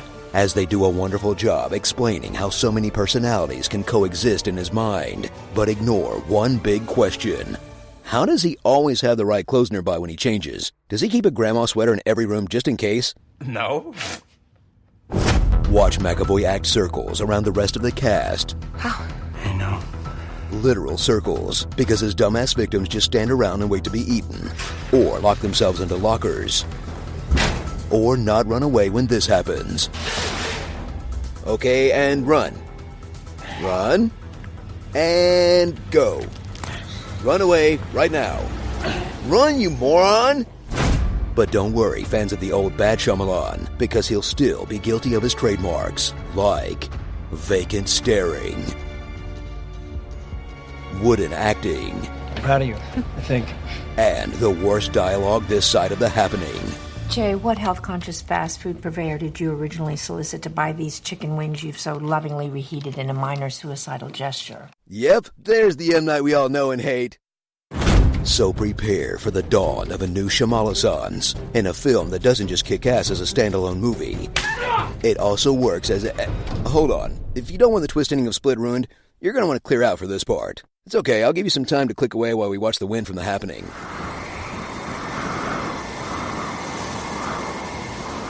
Okay, everyone gone who doesn't want the big twist spoiled? Alright, here it goes. It's a secret sequel to Unbreakable. How cool is that? A movie that's 17 years old and made by a different studio, which most people in the audience likely forgot about. There's no way you saw that coming. Now I can't help wondering, is it all connected? Who else could show up in the Shyamalaverse? Could we get a whole The Shyamala Avengers with a kid who sees dead people, Aang, and Cypher Rage? Never mind. That would be terrible. You're not out of the doghouse yet, Nightman. Starring the old M. Night cameo. Personalities 9 through 23. Mr. Plankett's Basement. Beast Mode activated. And what it's like to be a girl on the internet. You take off your skirt, you take off your shirt. Just take it off. Can I kiss you? 10 Cloverfield Room. I do have the ability to use Kevin's full name and bring him forward. This guy isn't going to be much of a challenge to Bruce Willis. He's got the same weakness as Rumpelstiltskin.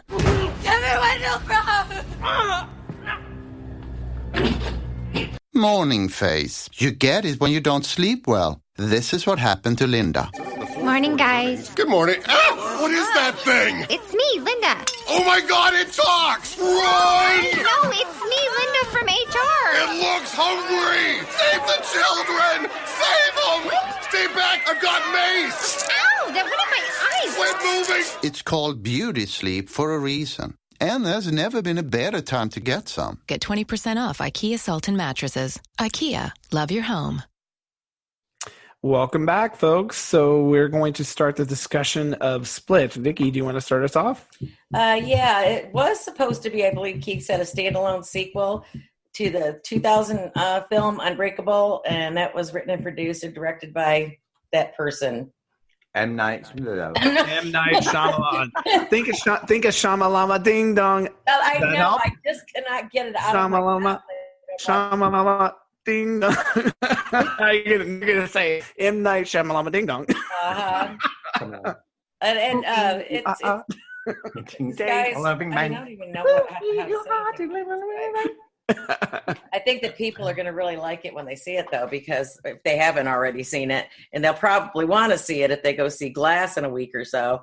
It was just talk about psychotic thriller. I mean, it's off the chart psychotic thriller on steroids. I mean, you almost can't stop watching because you're just wanting to know when he comes through that door and he's got these girls. I mean, he abducts these young girls clearly, and I guess, I don't know, he was, Kevin was the, I think it was Dennis who took them originally. Kevin didn't. Kevin was the good guy. Dennis initially took them. Yeah.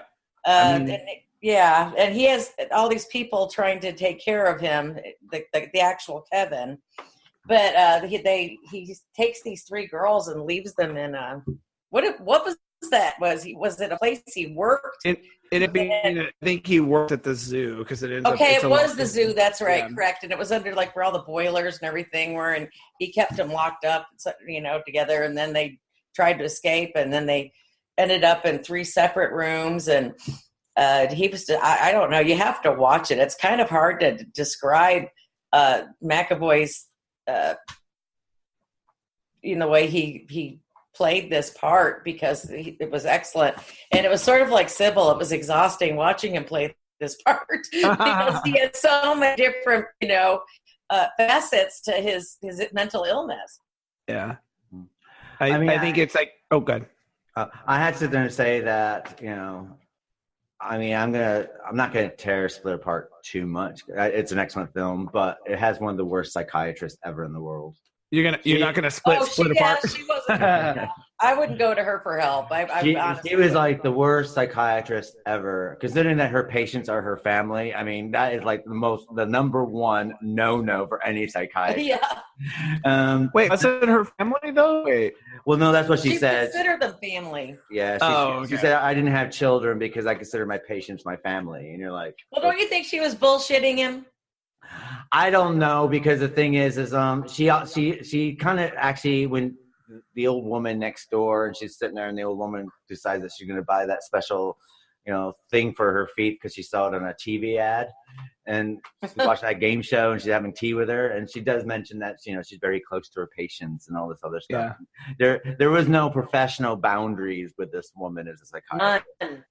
And especially again, the whole there you see the signs of something odd is happening, especially like the cues were always the emails coming in and him coming in. So it's like I don't know, you'd think they would see something more urgent, like something else is going on that needs warrants. Like maybe I should be cautious about this. Well, there's a couple. Yeah, don't psychiatrists do that? They I know they're not allowed. There's patient and doctor confidentiality, but at some point when you realize someone is a real danger and a threat, do you say something? Well, I mean, there are a couple wrong things that she does. First of all, a psychiatrist doesn't go to the home of the patient like that. That's one no. Another thing is that if there are warning bells, then normally what you would do is you would talk to another psychiatrist about it. Because the thing is, if you're a psychiatrist, you have to have therapy yourself a little bit, and also be able to release everything that's been told to you. Well, I should also mention they took a lot of those scenes out. So if you go and you actually rent, Split now, the deleted scenes, there's another psychologist that she's constantly talking to about this. So they took all those scenes out. So poor character actor, like he had all these scenes with her and they took them all out. Probably because it slowed down the pace. I mean, if I'm going to list the faults.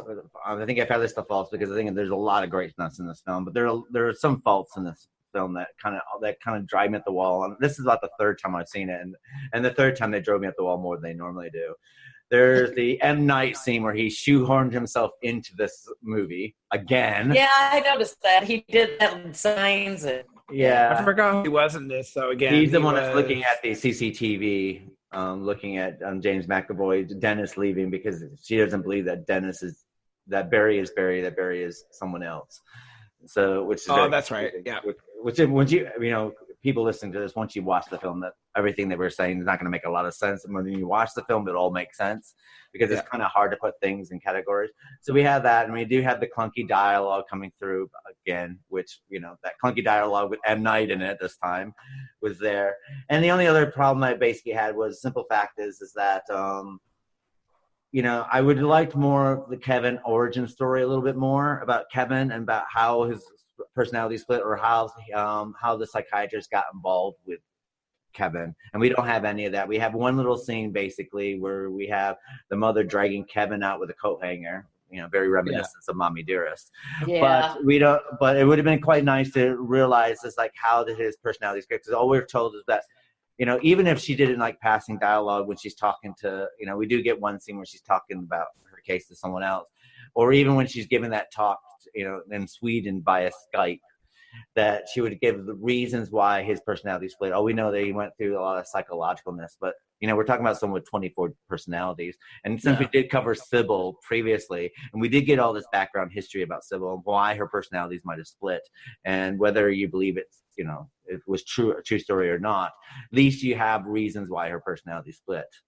And here we don't really know why the personality split and why the personalities were where they were. And I do know that why towards her treatment wasn't about trying to bring the personalities together, because I think the part of with the therapist that Mike, she kind of was like explaining they were separate, but there was no, from therapy standpoint of let's bring some resolution. She kind of was fine with, Barry having control and letting him have control of the others versus kind of let's figure out a way to bring you all together. There was never that conversation. It was like two opposite sides, you know? And another thing is like, if we look at DID, the thing is the strong personality should actually be the main personality, which would be Kevin in this instance. And for some reason, everything was catered to Barry, which is not the real person. It is an alternative personality that's trapped within this one man's body. No, but it seemed like it wasn't even Barry. I think Hedwig was the one who had main control, because remember he said, I'm the one who gets, I actually, I have a secret. I'm the one who can actually come and go whenever I please. So Hedwig was the one that was like the strong. Yeah, but from the psychiatrist's point of view, she doesn't really see Hedwig, does she? She's always seeing Barry. It's always Barry. Yeah. And even though Barry wasn't really Barry, Barry was Dennis, and Dennis was pretending he was Barry. So you kind of had that going on as well, which is, and it does contradict like real life terms a little bit. But I do know that as far as the story goes, as far as the movie goes, if you don't think about it too much, it does make sense in this movie. But in realistic terms, there's a lot of things that you're kind of wondering why the psychiatrist is doing what she was doing.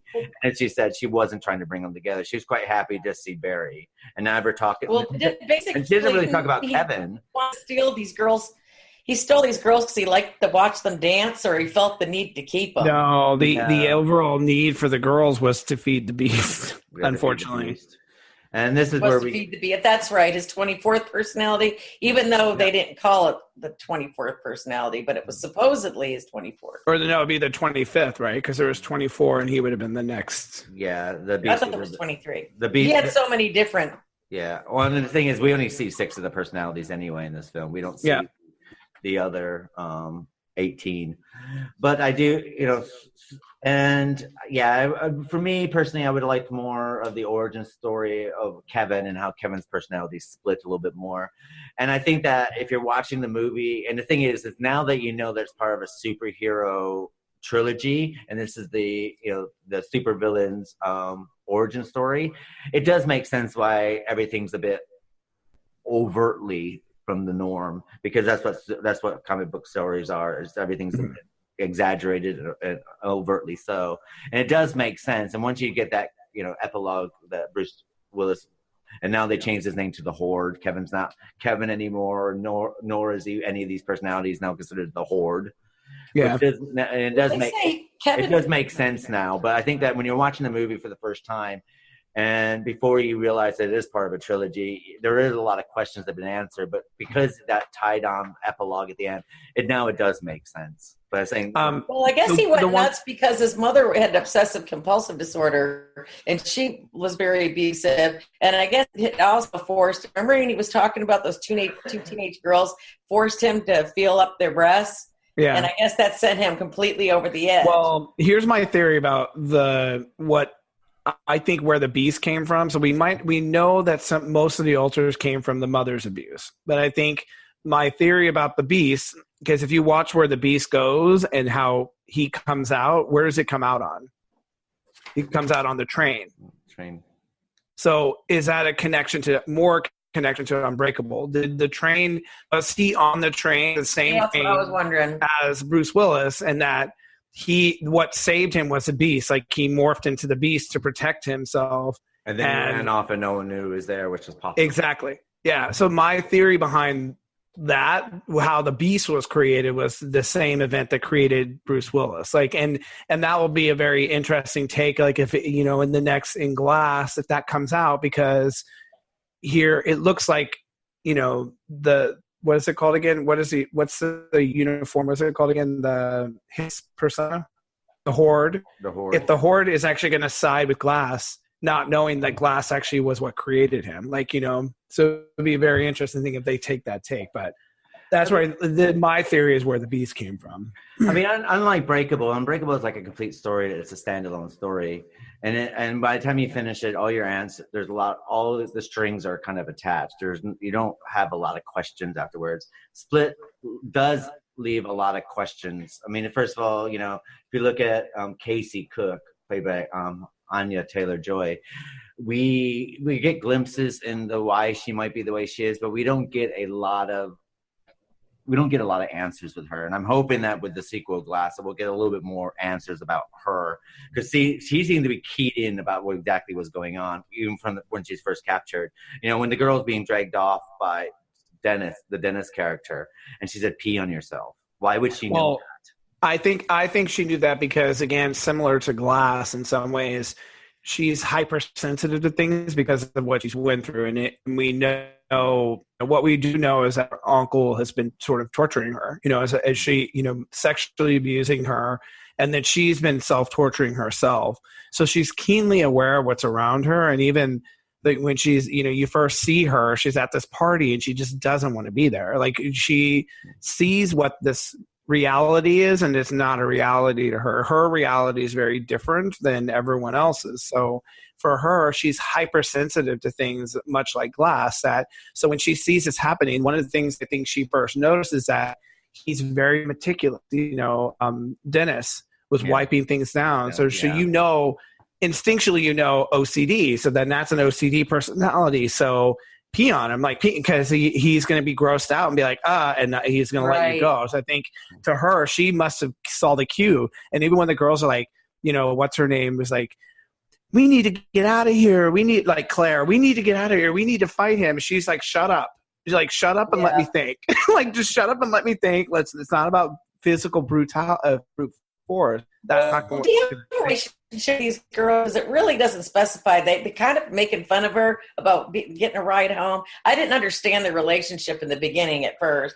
I think it was a father making her, you know, daughter, the father making the daughter include this girl as like a sympathy thing. Like, hey, well, let her be your friend. You know, she needs friends. She's going through things. We don't know the connection between Cassie and the father, but it seems like the father is almost like a second father in some ways to this girl too, because he wants her involved, you know. I mean, basically, I mean, the only reason why Casey is at this party basically is what she says in the beginning. You know, Claire says, you know, her father asked about the girl, you know, staring out into space, and basically she says that, well, Dad, I invited everyone in the class. I can't just leave one off. I'm not like that. Because basically she invited everyone in the class, even though no one really gets on with Casey, because apparently she's quite disruptive in classes and starts fights and stuff like this, which does, you know, they do explain, you know, the reason why she does that later on. And then when she's stuck, she says she'll take the bus, and the father's like going, and, you know, and I think Claire is a good person. I mean, that's what, you know, she's not one of these bitchy mean girls. And that's what I quite liked about her. She's not a bitchy mean girl.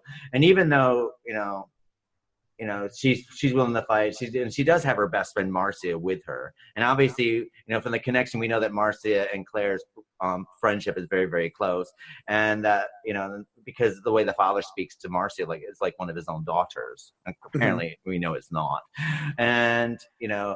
And the simple fact that, you know, that we know that Casey and I can't remember what the other girl's name is. Marsha. We know that Casey and Marsha are relatively good people, because at the end of the day, you know, though they do have misgivings about Casey herself, they're not going to, you know, they're going to try to include her. They're going to try to make her part of everything, and they're going to give her a ride home, and they're going to treat her. Yeah.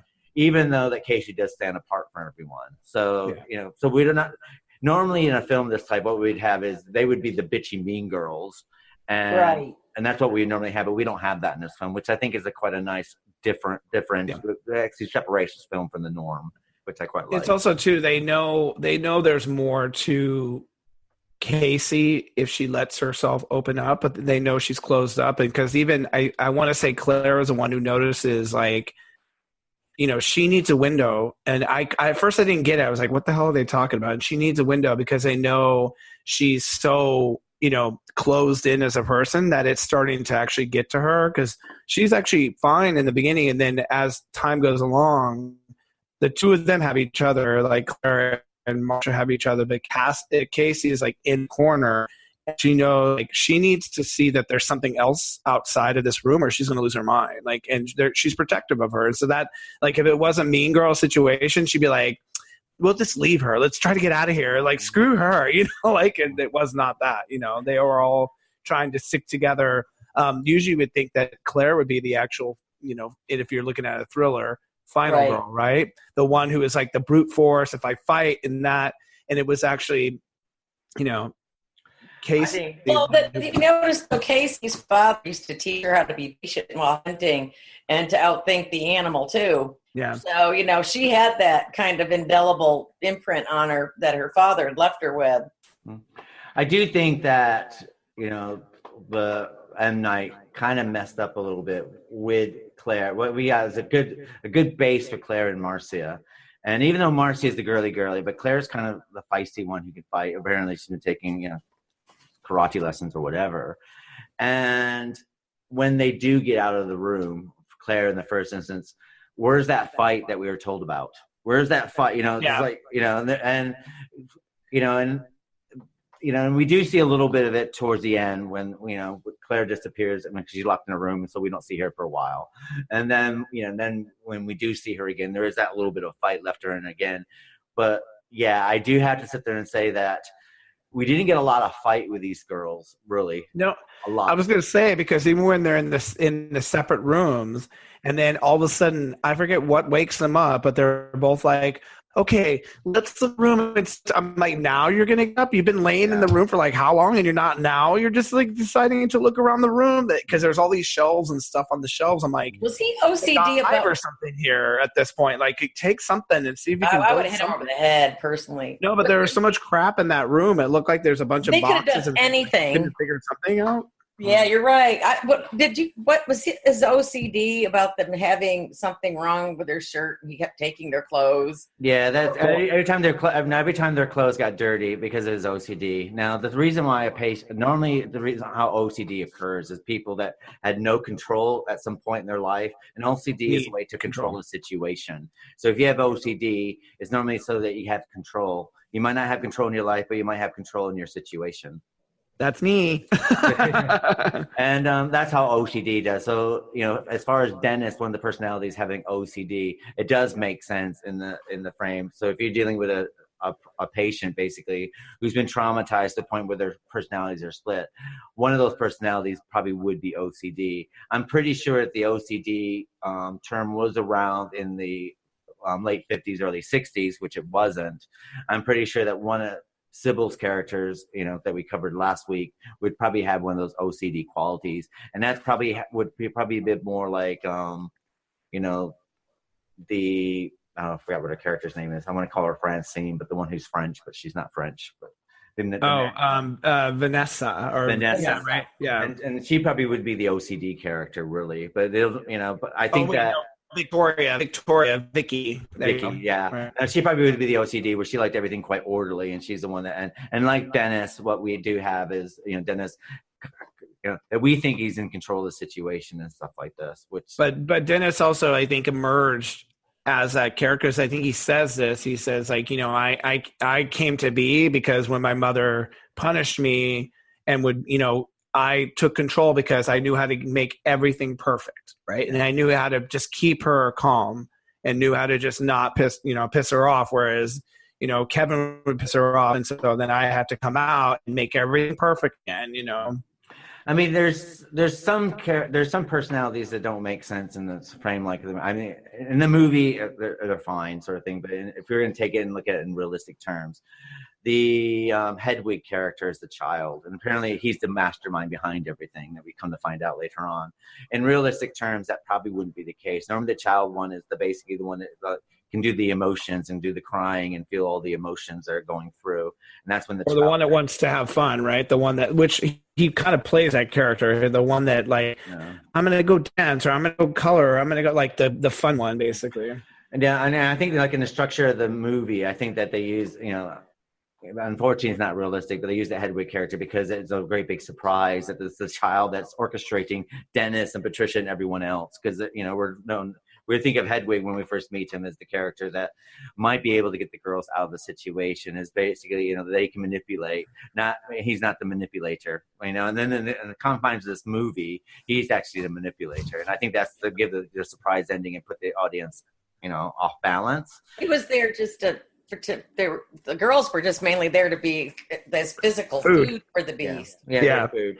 Well, the other thing about the Hedwig too, it's confusing because I guess if you leave all the psychological thing aside, like he's the one who knows what everyone else is doing, and it has like all these conversations with other personas. But then yet when she tricks him and she's like, oh, Patricia and Dennis are plotting to get rid of you, and he's just like, no, why? No, I'm working with them. I thought it was a little weird, because then he comes back and he's like, why did you try to trick me? And it's like, I would think that the persona would know if she's lying right away and be like, well, no, I think he did, because by the end of the film, we find out that it's Hedwig that's pulling all the strings. It's Hedwig that brought Dennis to the fore. It's Hedwig that brings Patricia to the fore. It's Hedwig that brings the Beast to the fore. It's Hedwig that's actually the mastermind behind everything, behind all the. No, but like, remember, he looked as though when she's telling him like, oh, they're going to get rid of you. Like, he looked like, oh my God, no, no. And he gets upset and he's like, they're going to try to get me. And he gets upset. So that's why I was like, well, why would he get upset? Why would he just be like, no, you're lying? To me, I mean, on the first time I watched it, I felt that way as well. Watching it this time around, and because of the whole the split personality thing, and I knew, that he was the mastermind behind it. To me, it was like it's part of the control of playing the part to girls. Good, like, you'll be like my best friend, to the girls, I'm the one that you can do, and then playing that part, and then pretending that why, and then coming back, sort of thing, like he's had a conversation with someone else, which he basically didn't. To me, it was like, it's a bit like Dennis pretending that he's Barry. It kind of fits along that same lines. Yeah. And that's how I took it this time. The first time around, I have to admit, I was like going, oh, he's just an innocent boy, sort of thing. But now that I knew that he was the mastermind behind everything, now watching it's like, obviously he was playing a part. Yeah, one of my favorite scenes is like towards the end when, the mirror, when he's looking at the mirror. I mean, he's such a brilliant actor to be able to pull that off. It's like how he switches between them, and it's just a whole dialogue between them all, and how, the Beast was almost created to protect them. Usually it's like the Beast is meant to protect the person, but it's actually, the Beast is actually to protect all of the personas, and not, because if you look at it, if Barry could, he probably would have, or not, is it Barry or Kevin? If Kevin could, he wished he would have been able to erase all those other personas to have a normal life. And so maybe that's where the conflict was always there, that fight what we want to exist and he didn't want them to exist. And so now the interesting thing is one of the personas will be the thing to protect all of the identities. And if not grow more, because now it seems like they want to even split even more, like to create more personas. Well, it's interesting. Do the identities culminate the Beast, though? Do they all get together and decide to make the Beast? I would sit there and say, because Hedwig is the person that instigates everything, that we later find out that, and if you think of the Beast and the way that the Beast is drawn, and we do see what the Beast looks like in Kevin's mind from the drawings, which Hedwig is drawn. And if you look at the Beast in the way it is, it's a child version of a super villain, super beast sort of thing. It's a child's vision. So it's probably came up from Hedwig. And if Hedwig's got control of everyone, like we find out later on, and he can, he'd be the one that probably would materialize the Beast. He's the one that would make the Beast and then get everyone else.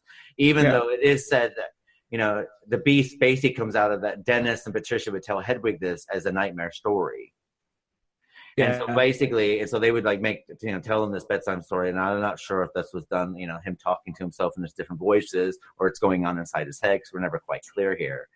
But the Beast comes out of that nightmare story that Dennis and Patricia tell Hedwig. And then I think the Beast comes out in the image that Hedwig wants him to come out as. Yeah, but it's almost like he, instead of more of a nightmare, isn't it more like a messiah? Because I feel like if you look at Dennis's and Patricia's approach, it's like the Beast is going to come save us. Like there's like a messiah complex when it comes to the Beast. Like he's not here yet, but he's coming and he's going to come save us. And it's like, it's a lot of like sacrifice. Like we're going to sacrifice these girls. And when the Beast eats the girls, it's going to bring us all together and we're going to be one, and it's sort of like the coming of some prophecy, the way at least it sounds, or it's pitched by Dennis, Well, there are a lot of Christian elements that we do have involved in the film, sort of thing, where we do have, if you look at the reason why that he goes after the girls that he goes after, and if you look at the trailer for Glass, he goes, it looks like the Beast has some cheerleaders he's going to go after, and girls who are not pure, That's who they're going after. Yeah. And these are the girls are not pure, who have never suffered in their life, and their life is too perfect. So that's, you know, to answer your question, Vicky, why she's sort of like saved at the end is because of that in that impurity, in the sense of like it's almost like you don't know enough pain to be here. Like you have to have suffered so much pain in order to live and stay alive. Right. And so he sees these girls who their level of pain is, well, I didn't get enough comments on my Facebook page, or I didn't get a date with Bobby, or I didn't, you know, oh my God, my dad didn't buy me that. Like and the alternate ending is basically Dennis sitting on a rooftop looking at the school, and all of a sudden his voice morphs into the horde, and they're like, look at all of these impurities. Won't it be fun? And it's like sort of like all these high schoolers, or all the, like just these little narcissistic little brats, like he's gonna go slaughter them all, you know. Well, they probably need slaughtering, but he let her go. Spoiler, because you know. Yes and no to a certain extent. I mean, he let her go, kinda, but did he really let her go? Well, he didn't kill her. Well, he didn't kill her, but at the same time, because another thing is that, you know, but there's also that thing is like, once he lets her go, and even though he didn't kill her because maybe she wasn't good enough for the beast to eat, it's always quite good to leave a victim to tell your story, to get your invested, like Hannibal. And to make her, you know, because to be honest, if she died, no one even know how it happened. No one to know anything about it. I know, but I think like one of the things. Origin story of a villain. So. Well, and I also think it's her origin story to whatever her character is going to be, because there in the Glass trailer, it seems that there is some interaction between these two. I think for her, she's suffered long enough, right? And so this situation in itself has changed her forever. Because when she's getting in the back of the police car and they say, "Uncle's here," you know, there's a pause there, meaning, am I going to put up with this anymore after what I just went through? Probably not. Right. And I think there's a really key conversation that she has with, I want to say it's Hedwig, because it is Hedwig, because he gives her this really funky look when she finishes saying, I just want to be alone. I don't want to be with all these people. I just want to be by myself. I'm tired of being around everyone. And so that has to be a common thread for some of the people who, you know, some personas who've always been around one another. There has to be one persona with all they want to do is, I want to be alone. I'm tired of having all these other personas in my life affecting my life. So maybe it's a love story. Maybe it's a love story between her and Kevin, you know, and maybe her goal is to try to free Kevin of all these other personas so that way he can be alone too. You know, so in my mind, could be where that's going. Or maybe she has a super. We won't know for 2 weeks. Yeah. No way. Or she might have some kind of superpower that they set us up for. Yeah, we don't know. Yeah, that's what I mean. We just don't know. Yeah. But I guess the important thing is psychologically, she was affected by this, and whatever her mind, which was trapping her in the persona of what she is now, she's free from that. Mm-hmm. And I think that's what the Horde is trying to do too, is to find others like her to free them, right? Because there's a part of that too, to be free, to let be free, let out, like let go. That's what the Horde, I think, mission is going to be, is to be able to let free people from there. I mean, eat dead people. I mean, the only thing I hope that M. Night does develop her character a little bit further. I mean, when we me too. When we do see the trailer, we have her on the courtroom stairs or in front of some kind of public building, and she is with Glass's mom. Yeah. So I hope it's not simple fact is that, you know, maybe I hope it doesn't open up like a court case and that she's just giving testimony and that's all we see of her. I'm hoping that because there is a scene where she is literally sitting across from Kevin, or I don't know if it's Kevin or Dennis, but she is sitting across from him. So they, after have been through such a horrible circumstance, he did let her go. So she sees the goodness in him. She doesn't see him as just the villain. So regardless of whatever he's done to these girls that were her friends or anyone else, that wasn't Kevin, that was the beast. And she maybe wants to stop the beast, but she also has a feelings for Kevin. I do think it's weird, which is quite interesting, which we now have, we do have a fairy tale quality of it, that the only way that you can bring Kevin out away from his thing is by saying his name like Rumpelstiltskin, which is Right.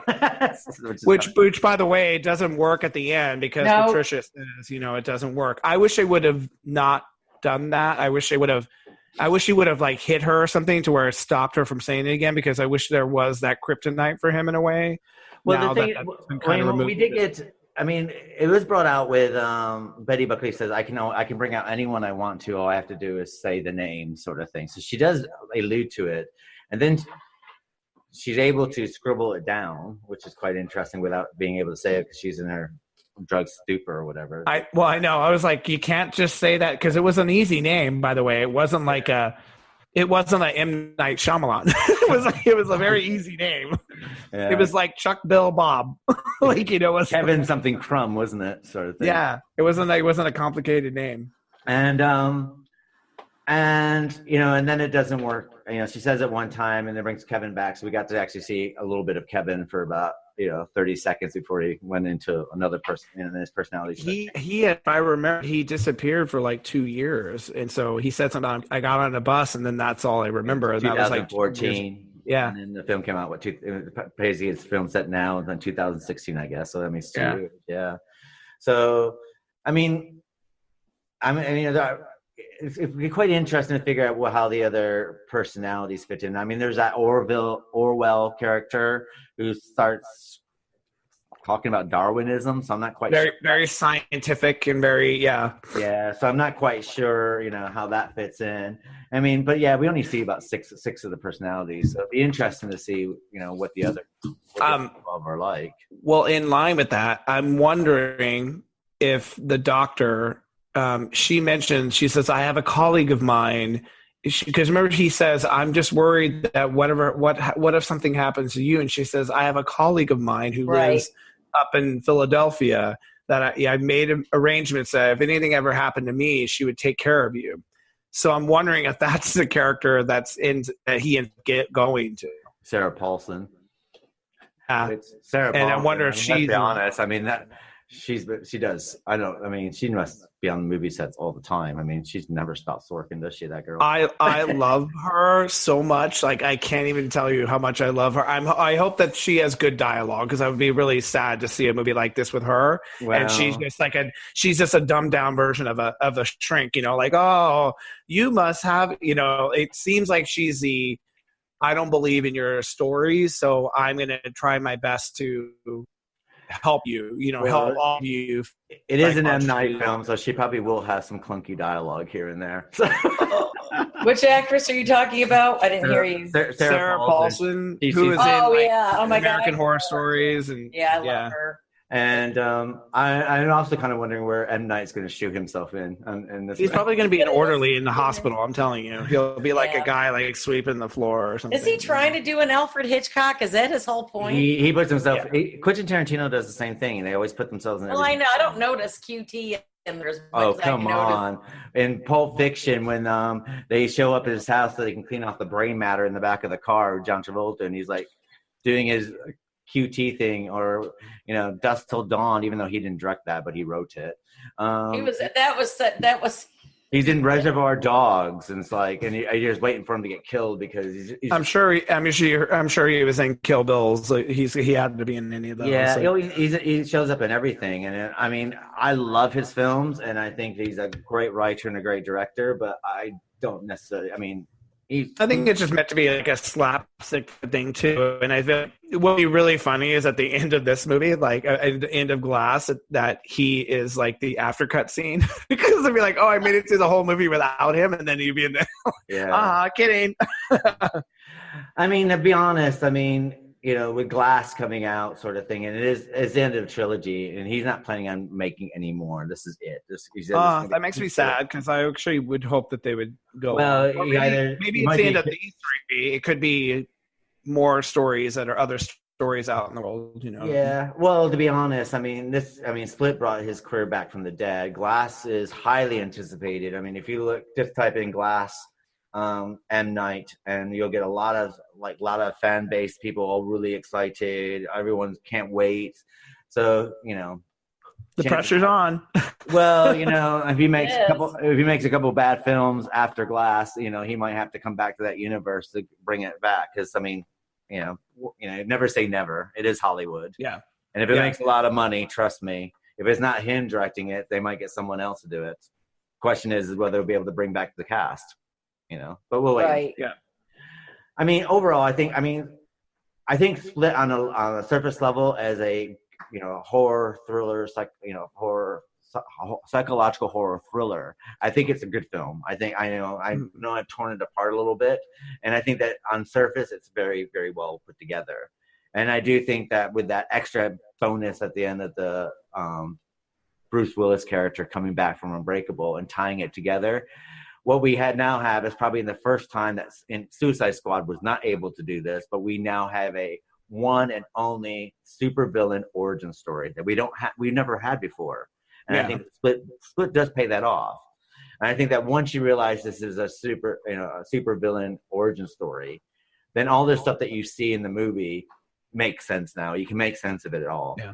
But I think that before you know that and you just go in quite fresh from it, I think that you do see things that don't make a lot of sense.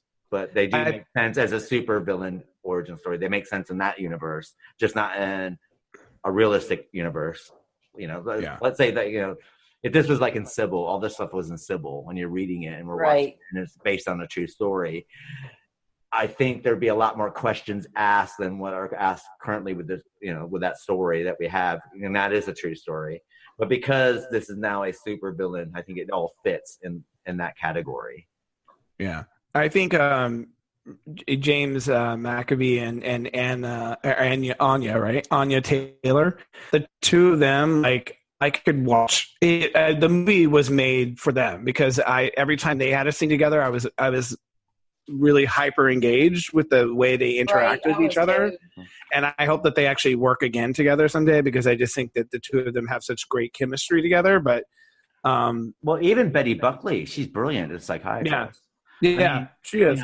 I mean, for what she was given, her dialogue for what she was given, yes. Yeah, and I mean, to be honest, some of the stuff that she was made to say, even about the chicken wings, and you're thinking, what the fuck are you going to why did you write that? And the thing is, she sells it. Everything that she says, she's selling it. And, and there's some things that she says from a psychological point of view do not make sense in real psychological terms. And I don't know if I'm picking that up because of, what my career is. But she sells it. She makes it believable. And even when she shows up and she shows a little bit scared and, even when she puts like the tissue in the door jab and the way that she does it, I mean, she's a fantastic actress. I mean, Betty Buckley's one of these actresses. I mean, let's face it, Memory from Cats, the Broadway production, she's the original Memory girl. That's Betty Buckley for you. And she's brilliant. I mean, I think everything about her is brilliant. And I think that she really sells it. And I think anyone less in that role probably wouldn't have sold it so much. You probably would have seen a lot of the clunkiness come out, but she sells it. And I believe the relationship she had with, the character Kevin, I believe that, yes, she did, as a psychologist, she probably should never cross that line of showing that sort of care and concern. It was believable versus sometimes it feels a little forced. And in this, you could see the doubt in her eyes. And I love the time when he was doing something and the mannerisms, because I was catching it. I was like, well, she better be smart enough to catch this. And the way she looked at him, she's like, you're not Barry.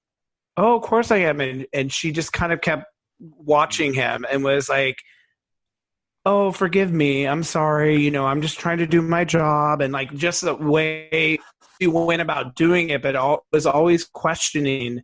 I actually liked how she was able to kind of, again, it's a character actor between her and James, like that they played well off of each other. And that is sometimes very hard to do, especially when he's changing the personas and switching between that.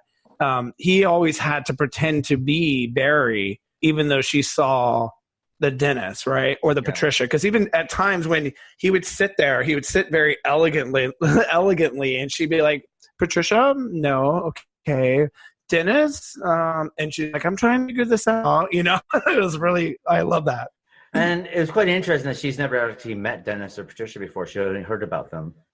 But she did, and I do think that I think the points where taking out some of the professionalism aside that her character is doing that she shouldn't have been doing in real world, but when it came to the the actual sessions, they're very realistically done. And the thing is that you can't press a patient too hard. If you're a psychiatrist, you can't press, because if you press, you might find yourself in a situation where you're going to be attacked. And so what you do is you have to gently go through it, and you got to be able to, you got to keep your face very neutral, and she's able to do that. And you got to always throw like a kind face, and you always, there's things that you have to do, and she does that to a T.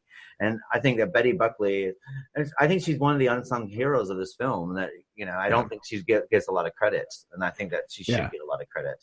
I agree, especially the scene where, like, you don't really see her face, but you hear it in her voice, and how she's just trying to get Dennis to own that it's Dennis, and he kind of lets her, like, because of what she's saying to him, and like, it's okay, I care for you too, and I want you here as well, and like just those types of things.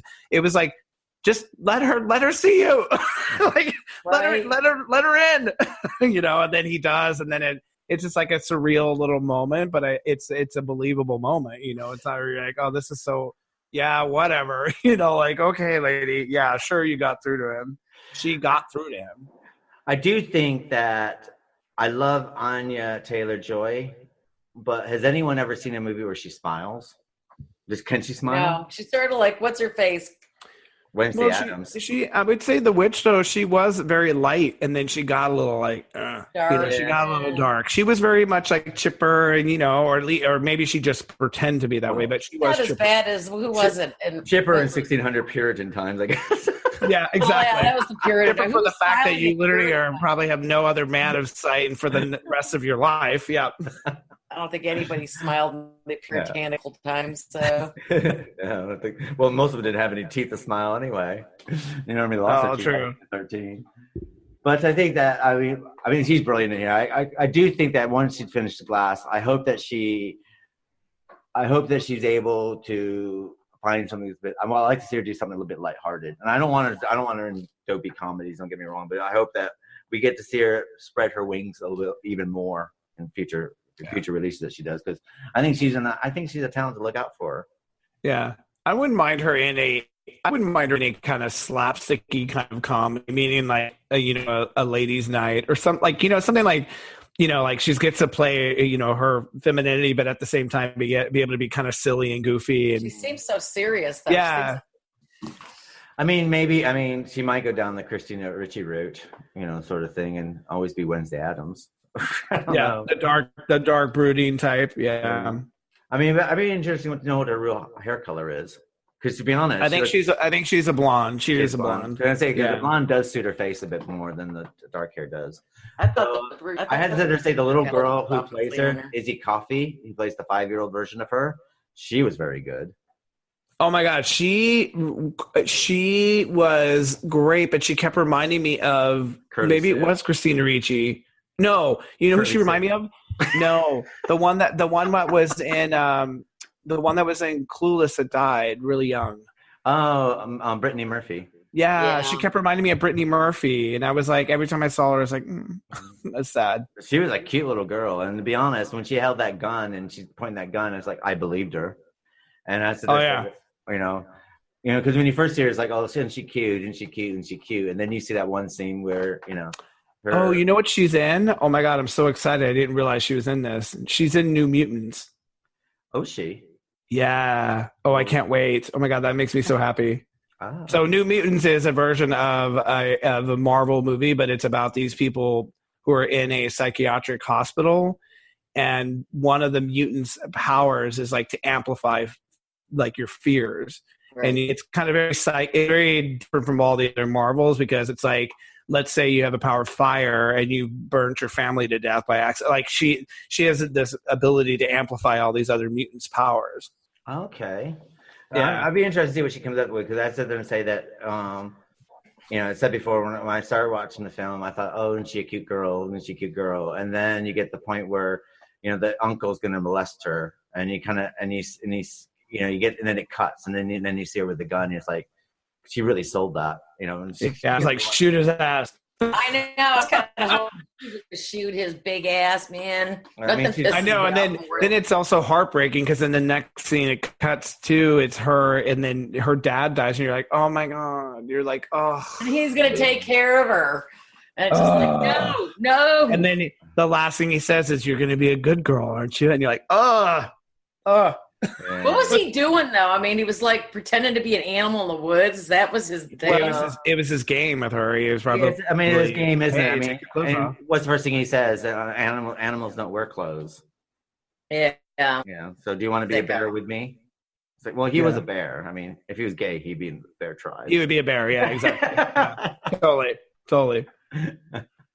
People like that need to be shot. I'm sorry, but I think overall, I think Split is a solid film. I know that I've spent some time tearing it apart here and there, but it is a solid film. I can't really fault it because I've watched it.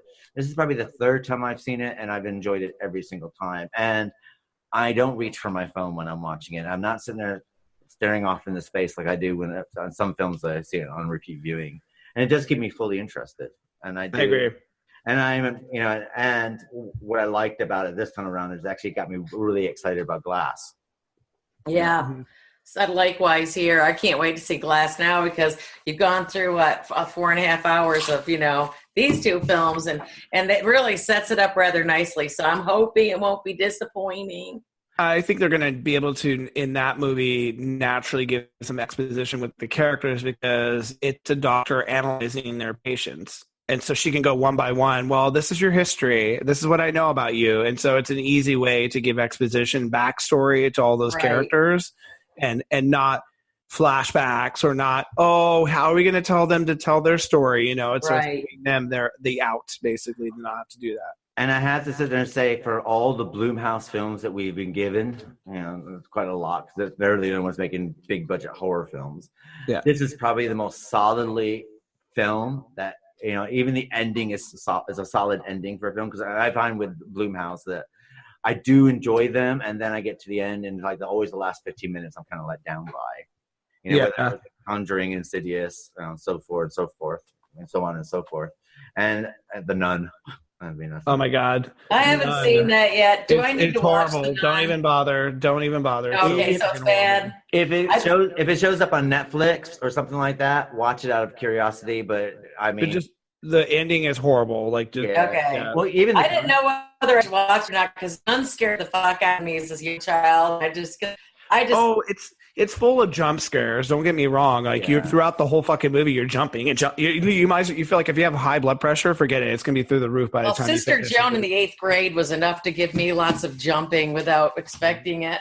It just said it's like talk about a movie that it builds up, and then at the end you're like, that's it. Okay, great. Yeah. And I find that with all Blumhouse. I mean, even when you're watching Conjuring 1 and 2, which are basically based on apparent true stories.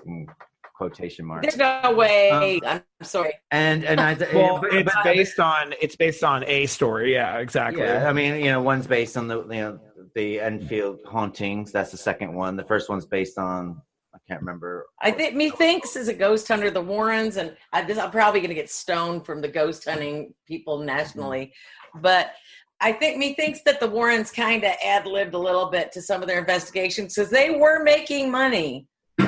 Well, I mean, but even if you look at Blumhouse, they're not based on, so let's take the the ones where you can kill the Purge films. They're right. They're also Blumhouse, and you're enjoying them, and then you get the last 15 minutes. Insidious, outside of Lynn Shane, you're kind of watching it like, God, this is really good. It's really good, and then you get this 15 minutes at the end, you're like, huh, sort of thing. Yeah, I like the first Insidious.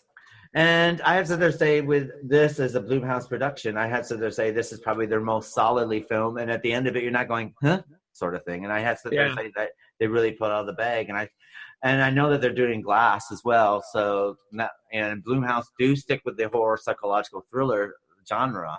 So they have a certain way of filming too, though. They're different from others. The third one, I mean, it looks brighter as far as the colors and everything. It's definitely like visually it looks like it's going to be stunning because there's just some moments that are just very bright and vibrant, and especially in a psych ward. So that's not like very different contrast to being in a psych ward. But we also now have the cat that's out of the bag. And we now know that, you know, Unbreakable, we now know that is a hero comic book story. We now know that this is an origin story, and we know that Split is now a comic book story that is a super villain origin story. So now with Glass, they can break it the whole comic book thing, because now we know what it is. Yeah, we know it's going to be a comic book story. Right. Split wasn't advertised as a sequel. It was never when it came out. It wasn't a sequel to Breakable. No one knew. Not at all. It's only when you went to see the movie. And well, that's the thing is like if you never saw Unbreakable, you're probably like, okay. But like I remember being in the theater watching Split and being like, oh my God, like what? And I was like, oh my God, my mind just went. And my friend was like, what's your problem? Like, you never saw Unbreakable? They're like, no. I'm like, okay, then you would have completely missed that whole moment. Like you would have been like, okay. At the end? Yeah, because if you hadn't seen Unbreakable, you wouldn't know. You're like, okay, who is this guy and why is he, and he's like Glass. Why would he say Glass? I was like, oh my God, my mind went. Boom. And they didn't release Split. They didn't go Split, the sequel to Unbreakable. That's not how it was released. It was just Split. No. This is a movie, Split. That's it. Well, it's technically not a sequel. So, but now that you know that it is, it just makes it. I mean, I said before, once you get that ending of the epilogue, the movie. There's a lot of stuff in the movie that in normal realism doesn't make sense. But now that you know it's a sequel to Unbreakable, which is a comic book supervillain origin story, everything now makes sense in this movie, in this universe. Yeah. It now all makes sense. Yeah. But when you're watching it, you don't realize it's a sequel at all. I sit there and say the first time I saw it, there was stuff that I mentioned before. A lot of it doesn't make sense. Now that's what I'm hoping. I'm hoping in the third one it even continues to connect the dots. Because like I said, like even if you do look at Split and you see him going all the way to the train yards, and you're like, well, why would he go out? So if you didn't see, let's say you didn't see Unbreakable, and you see him go to a train yard and he goes there to transform into the Beast, it really doesn't make sense. Why would you go all the way to a train station to like go in the middle of the train and then transform? But now seeing Unbreakable, there's a connection there. Trains, he was on the train crashed. Is that somehow a connection? So hopefully the third one ties it all in, and it's like, well, how did the Beast come to be? Well, I was on this train. Like maybe the Horde is going to say I was on this train, and that's what how I survived, right? And then you're like, oh crap, that would be good. Wow, But even when he becomes the Beast, and you can shoot the Beast, and it doesn't hurt him, and all this other stuff, it doesn't make sense until you realize that it's part of the comic book trilogy. Now it makes sense. Comic book, that makes sense. That can happen in a comic book. But when you look at Split, when the first time you're looking at Split, you don't know any of this, and you're watching it, and there's these things that are like overtly there, and they don't make sense. But now we know it's part of the comic book trilogy. Now it does make sense because these do happen in comic books. These do happen in superhero stories. These supervillain stories. These things are what makes it happen, and these things are very much realistic in those terms. And the thing I like about Split is there's no clear definition of what he is. He isn't defined as a villain. He's not defined as a hero. I mean, he does kill these girls, but again, it's like not him. It's like a Jekyll Hyde situation, right? Basically.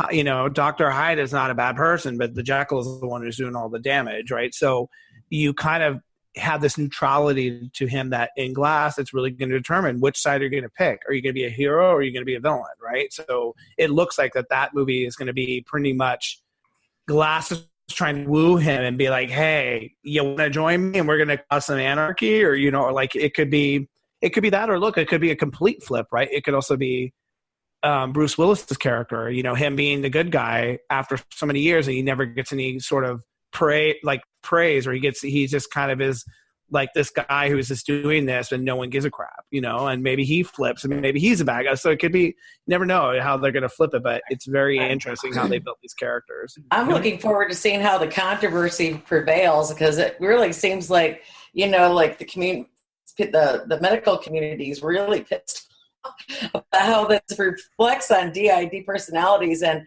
they're stigmatizing people who are ill. Badly misrepresents this a psychiatric disorder, and it's very damaging. So I mean, this is Hollywood. Yeah, but let's be honest. I mean, Hollywood's been destroying split personalities forever. I mean, Yes, they have. We did Psycho, didn't we? And we also did, Dress to Kill.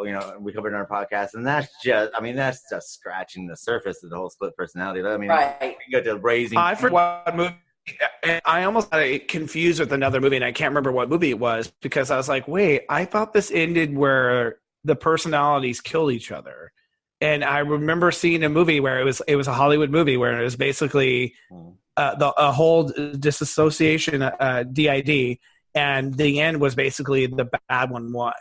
Like the bad personality won and took the person over and like basically became a killer. Like, and it was like that was a horrible. Like it was like basically the personalities were being killed by the alternate. It was like now head was gone. Like all the personalities were being killed off by the other. Well, let's face it. I mean, one of the biggest, classic split personalities is Dr. Jekyll and Mr. Hyde, and you always have that the one good character and the one evil character. Though I think Jekyll and Hyde was actually an allegory about alcoholism. I'm not sure. Yeah, but, I mean, it was more like that was also a drug that turned someone into two different people. Yeah.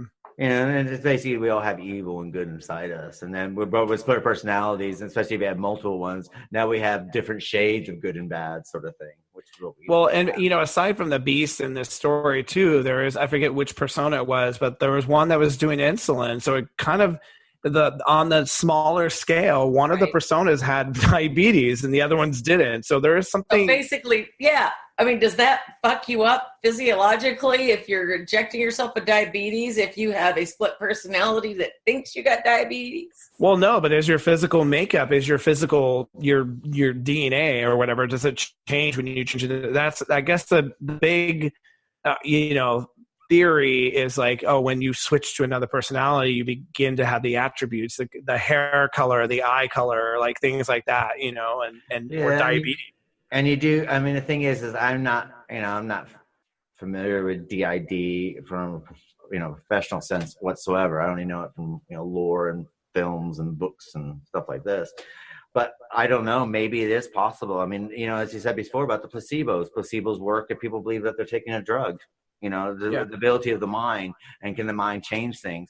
And we did see it in Sybil. I mean, when Sybil looked in the mirror and when she's going through the whole thing, and this is a real life story, as we know when we covered it, that she saw herself in these bodies. She saw herself with these hairs. She saw herself like that. Now, whether one of them had, some kind of genetic defect, or maybe one of them had, loss of hearing, I don't think it really went into that. It'd be interesting to know if.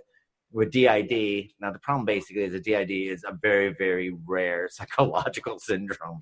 Yeah. We're looking at like something like, what is it, like 0.25 something percent of the population has this. So, though they might be very upset about this film, trust me, it's such a small number, it doesn't really matter in the score. And in the book, Sybil, by the way, they do mention, it's very, very, very brief, but it's when I think Mary comes to her office that she said that she's so frail. She's not, I could tell it's not Sybil because of her density of her body even looked smaller than what Sybil would normally carry herself. Yeah. But was she actually smaller? So that thing is the density of her body.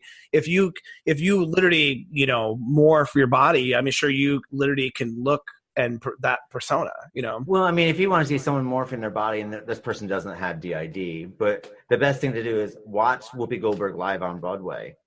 And what she does is she does seven different characters, right? And then it's divided up in characters. And there's one character where she sits there and talks about, this person, she comes out and she's crippled, and she comes out as a crippled person.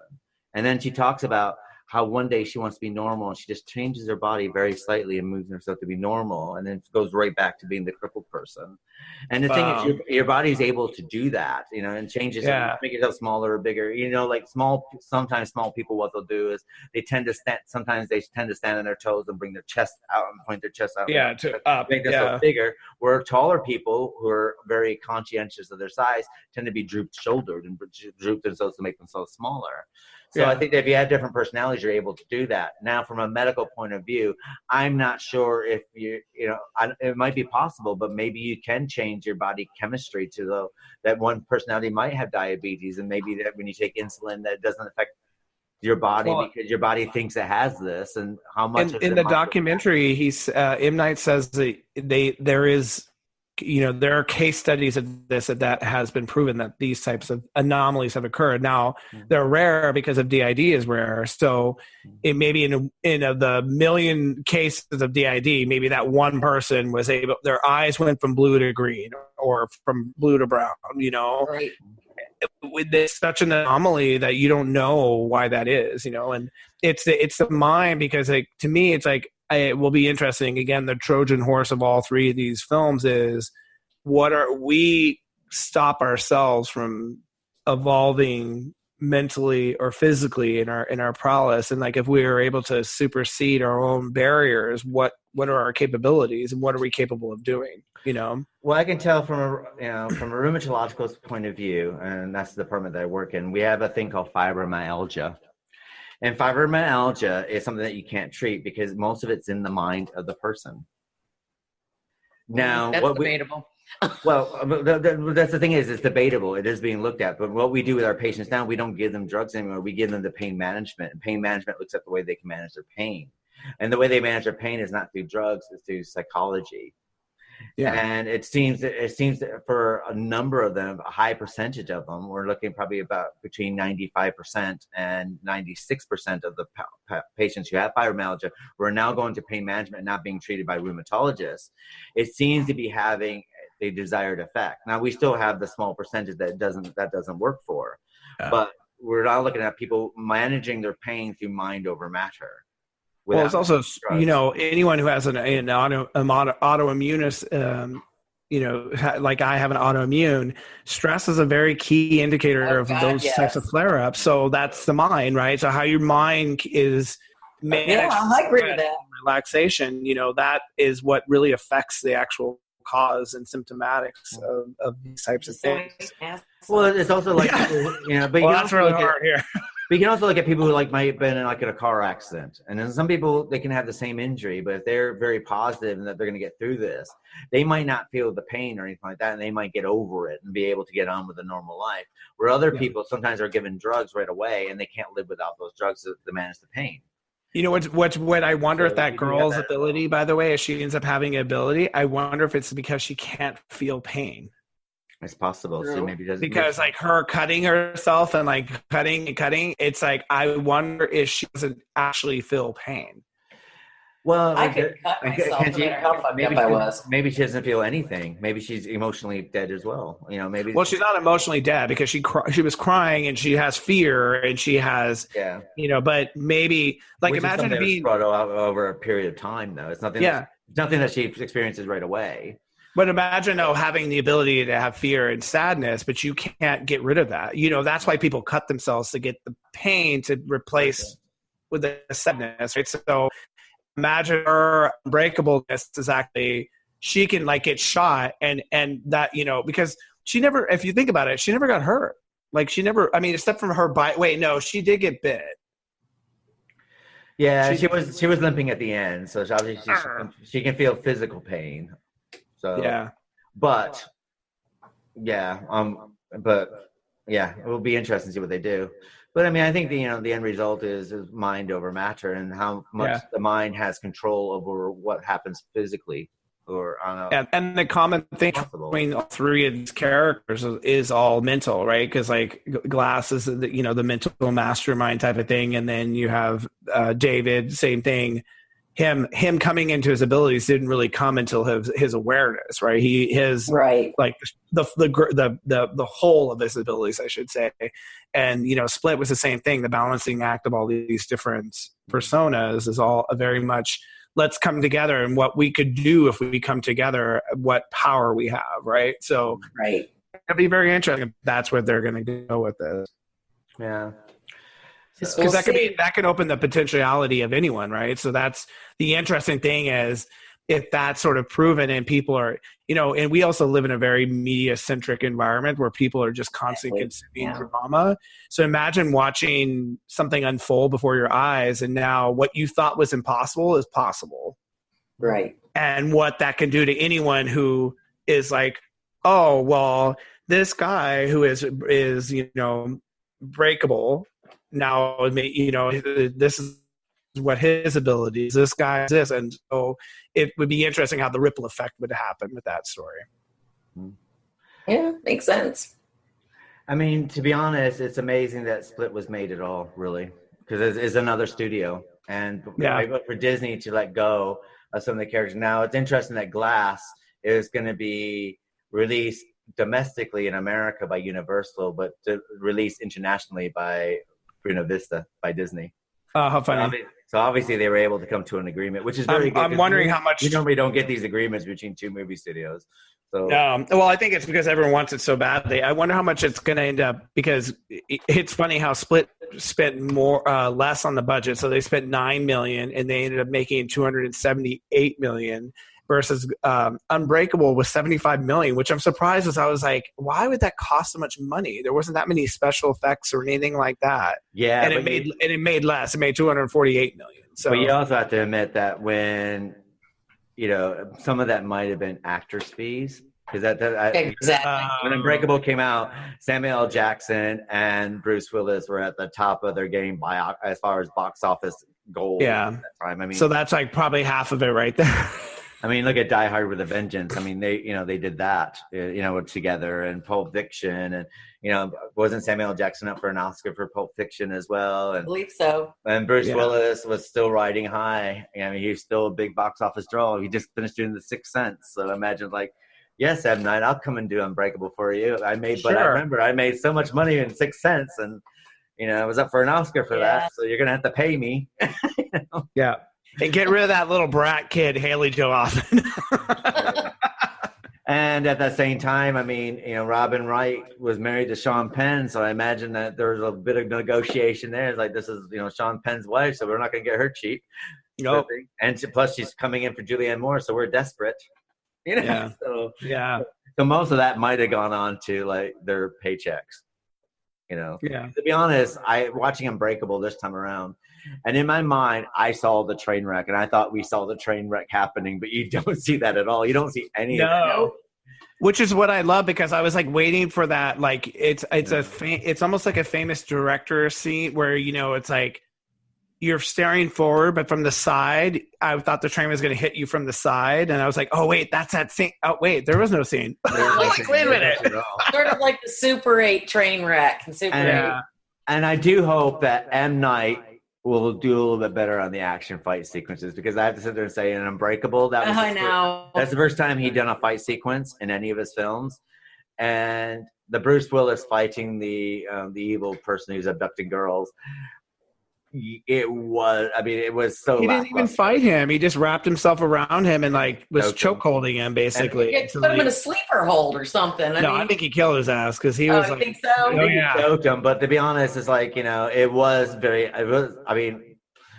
a film of this quality and what we come to expect, there'll be punches and, him throwing him and wham, bam. Oh, yeah. Well, but we also remember though, he's not a fighter. He's not like, I think now when you see him in action, if you see him in action, which I'm assuming, but I'm assuming you're going to see him in action. I think you're going to see more of the fighting and throwing and punching and lifting and hitting and stuff like that. I think in this, he just wasn't a fighter. But I also think that M. Night has a lot more experience with action sequences now. I mean, he did do The Last Airbender, which there was nothing but action and no story.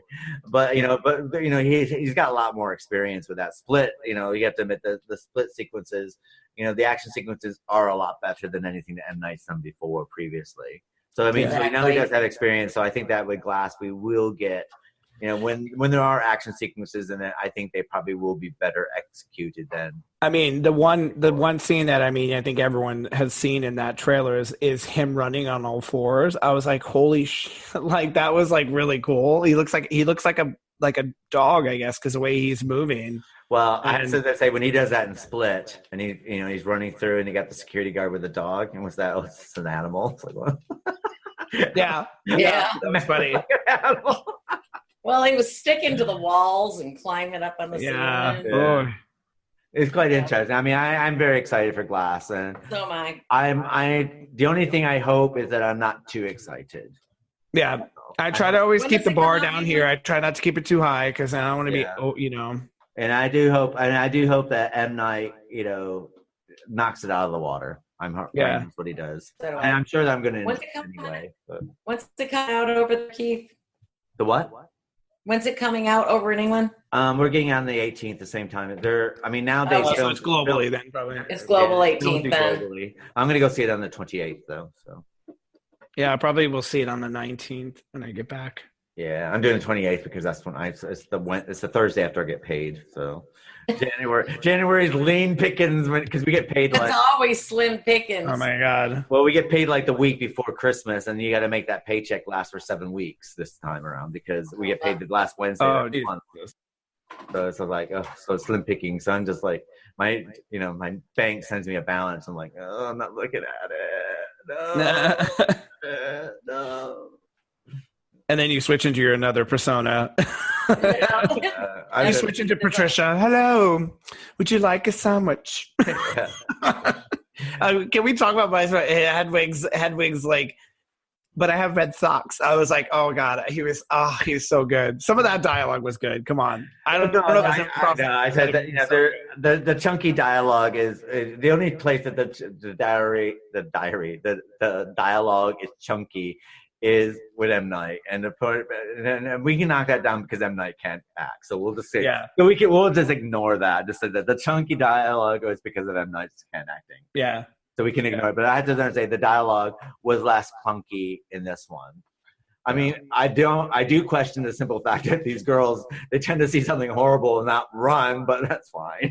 They're run. You can run now. Just run. Just stop standing there. Move it forward. Yeah. I can't really say that there's anything, overtly, horrible as far as the clunky dialogue in this. There's only that one scene, and I'll forgive him that one clunky dialogue scene. There wasn't a lot of it. Signs. We'll forgive him for everything. Yeah. Well, I won't forgive him for everything, but I'll forgive that one clunky dialogue because M Night's sale. There's one thing in Split that I find quite funny, and because it's been pointed out to me, I find it even funnier, is that when he changes his personality, he has his wardrobe always at hand, which is quite interesting. Oh, I know. He was like Superman, basically. Like all of a sudden, like immediate especially the hardest one I would say would be Dennis, because it's like very buttoned up and like very like tucked in. And I was like, he must just like twirl like Wonder Woman, and all of a sudden now I'm Patricia. I know. Yeah, he did. He pressed fast. I didn't even think of that. He just said something. Well, there's one scene where Hedwig turns into Dennis, and I'm not sure how the clothes worked, because it's fun. It's like I remember he's there, and all of a sudden he changes into Dennis, and he's got Dennis clothes on, but then I can't. In my mind, I can't remember what Hedwig was wearing, so it was kind of weird. I think Hedwig was always wearing those jumpers, so maybe the clothes were underneath the jumper. Like I don't know, like because I thought maybe that could, because he always wore like those not jumpers. What do they call them? Like tracksuits. Yeah, Hedwig always wore the tracksuit, so he could always take it off. Yeah, he was kind of rocking that whole the 1980s shell suit kind of look. Yeah. I was like, oh, okay. But yeah, I thought that quite. So it'll be interesting to know when he does Glass and then he's locked up now, or when he's in, again, it's like where, how much wardrobe he's able to take with him. So that'll be interesting. Yeah, exactly. I don't think that much. I think they're not going to allow him to have, because it's interesting that the doctor is like figured out a technology or something to make the personas come out like the Flash or whatever technique. So I thought that was interesting to see. And I'm wondering if we'll see their alters, because assuming I get to see a lot more. I know we get to see the Beast, because there is a scene in the trailer where he's climbing up a wall, and we do see Patricia. And we do see Hedwig because remember he's sitting with the three and he's like, "Oh my god, this is gonna be so much fun!" Like some line, and he claps his hand. He claps his hand. Yeah, and we do get a glimpse vision of Patricia and Patricia Gere. So I know that Patricia's wardrobe has come along with him. So, or she just makes do. She just takes a Betty and she's like, I'm gonna make myself a nice scarf. Though I did find it quite interesting that Patricia doesn't wear a wig, so Patricia's a bold woman. So yeah. So but I guess that's probably quite good that didn't go all the way out with it. Maybe, exactly. Maybe it might have made it laughable. It makes it believable that he doesn't. So yeah, the only biggest change too was the glasses because I think Dennis didn't wear glasses. One of them wears glasses. Dennis wears glasses. Dennis wears glasses. Oh, Patricia didn't because Patricia would take them off and be like. And I don't think Barry doesn't wear glasses. Barry didn't wear glasses either. Barry wears a baseball cap and talks about fashion all the time because he wants to be a cool person. Well, he's supposed to be 9 years old, right? Barry's Barry's adult. Yeah, Barry's adult. I think he's supposed to be a gay adult. I don't know. He's talking with one of those gay lists. What was the name of the one? Fashion. Identified as, she identified one of them as a young kid. That would be Hedwig. Hedwig. Okay. Yeah. But then again, I said before, we're only seeing 6 personalities, so we're not quite sure what the other 18 personalities are like. And what's interesting is, there might be I think more children there. He actually did a great job because when you do finally meet Kevin, or is it Barry? I'm trying to remember, like at the end, if you meet Kevin or Barry. We see Kevin for a glimpse, and Kevin's totally different from everyone. And then we see the real Barry, and we realize that Barry is actually a lot gentler than the Barry that we've been shown when Dennis is pretending he's Barry. Correct. Yes. And then I remember there was like a country twang one too. One of them had like a twang to their voice. That's the one who had insulin, which I think that might be a female stuff because it looked like they had female clothing on. You know, the one that had insulin when you see it on the computer. Yeah. I mean, the thing is, if we really want to know about the different personalities, I guess we could watch Split and freeze frame the computer. Because it does have all their names because obviously. Oh, that's true. Video diary. So we probably would be able to get more of a sense about what their names are. Though that would have been actually good to include in the DVD release. They should have done all those little videos. Maybe they didn't do all those videos. but I'm just saying that would have been very interesting. Yeah. You didn't have to go that long. You could do like a minute of just rambling. Oh my God, I went to the garden today. Just go into some rambling, of the character. It did pique my interest, see what the other personalities were and what, if they're female, male, ages, all that sort of stuff. So, yeah. It'd be interesting if glasses, but then again, I mean, glasses, I don't know if it actually gives me how long it is. Running time's 128 minutes, so it's just over 2 hours. So we might not be seeing a lot more personalities if we got 3 main characters, and meanwhile, 4 main characters, including Anya Joy. Well, 24 is also hard to deal with. I think that we were given 5 to 6 at the most, so it's that's enough for people to be able to oh, okay, Yeah, another thing is that you don't want to do that superhero thing where basically you get too many villains in one film and and it just becomes a washout. Whether you sell Spider-Man 3 or Iron Man 3, and you're fine with one villain. Like in Batman Begins, you kind of get one villain, and we're fine with that.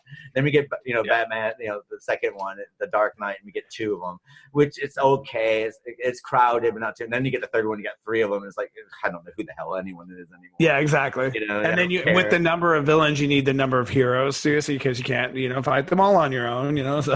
But Spider-Man did that as well. The first Spider-Man, you had the Green Goblin, and the second Spider-Man, you had the Green Goblin kind of returns. It's James Franco. Well, it was Octopus too. Octopus, but we already had the Green Goblin storyline, so we were okay with that. But then we got the third one. Then you're bringing in, Venom, and then you're bringing, Green Goblin's back, and then you got this other one. It just gets confusing. So yeah, I can understand that if you had 12/24, we probably would need a mini series. Yeah, exactly. So, final thoughts, Vicky. What did you think about Split? I liked McAvoy's performance and how he changed all of his personalities. I liked how it tied into to Unbreakable, and I'm really looking forward to Glass. I guess maybe when I see all 3 of them, I'll have a better opinion because I'm really wanting to see what they're going to do with the 3rd installment. What about you, Keith? When I first saw Split, I liked it. I was slightly disappointed in it the first time around, but then when the epilogue came through, it all made sense, and I actually really liked it.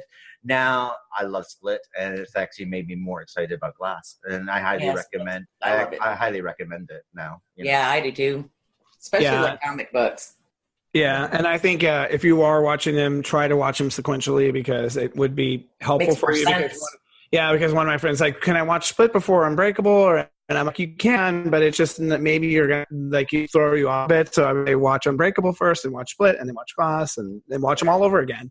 Yeah, I do agree. I think it's good. I mean, you don't need to see Unbreakable to see Split, or you don't need to see Split to see Unbreakable. But if you do watch them, if you watch them in order, that epilogue is going to give you the big payoff that you need. You know what I mean? Plus, I mean, you're also timeline-wise, it's in the timeline, so it's it helps for that purpose as well. It'll just make more sense. It's easier to figure it out if you watch it sequentially. But you can watch each one standalone without seeing one or the other either. So they do work. Yeah. Surprisingly enough, they do work as individual films. Yep. Standalones. In this great, big, beautiful world we live in, could heroes and villains be lurking sometimes from within? Who knows? We could very well have a few of them listening in right now. Regardless if you are the ordinary or the extraordinary, if you haven't heard about our super podcast, head on over to our website at llpodcast.com to find all of our past episodes. Check out our social and podcast platforms, as well as become a patron and read our reviews of books, screens, and everything in between. And while you're there, sign up for our monthly newsletter as well, where you can win one of our amazing limited Season 1 t-shirts. For our next podcast, we'll be finishing up our theme for the month, The Economic Family, where we'll be covering Alfred Hitchcock's film Vertigo. As always, thank you for downloading, sharing, and liking the Literary License Podcast. Until next time, bye. Bye. What personality was that, Vicky? Elijah's changed over the years. He's given up. We keep him heavily sedated, but there is a reason for that. He's too smart for them. You won't be lonely anymore. You have 2 new friends. The 3 of you think you have extraordinary gifts, like something out of a comic book. I've developed an effective treatment for this disorder. The light will force a different identity to take over. Por favor, señora. I want my headphones back. Step away from the controls now, little doctor. Can't beat the beast! So you're not going to shake my hand and let me walk out of here? Good for you. What do you want? I am here to see if tales of the extraordinary being are true. May I meet the beast? I'm Mary Reynolds. I need your abilities to get us all out of here and show the world we exist. That sounds like the bad guys teaming up. Do you believe you are an avenging angel, partner? I believe vengeance. I have to get out of here before he gets out. They are contained. They always underestimate the mastermind. It has begun, David. I found someone who will require your full potential. You shouldn't be hiding in the shadows. You might want to try and stop us.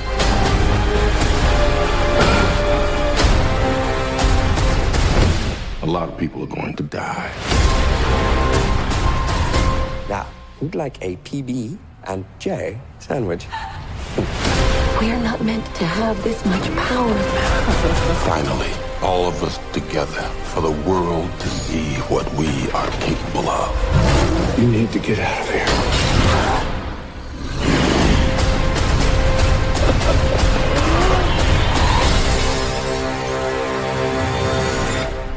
What have you done, Elijah?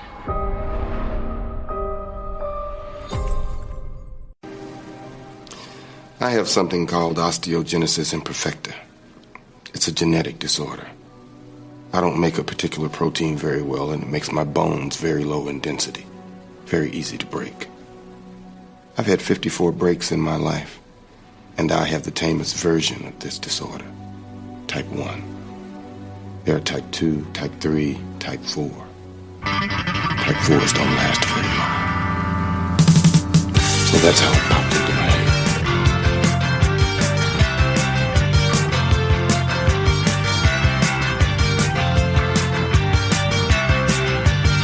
Whatever happened to Leon Trotsky? He got an ice pick that made his ears burn. Whatever happened to dear old Lenny, the great O'Meara, and Sancho Panza? Whatever happened to the heroes? Whatever happened to the heroes? Whatever happened to all of the heroes? All the Shakespeareos? They watch their own burn. Whatever happened to the heroes? Whatever happened to the heroes? No more heroes anymore. No more heroes anymore. Shotgun I bought. In the bottom cabinet just behind me. Shelf it in. I'll close it out and throw it home. Show me.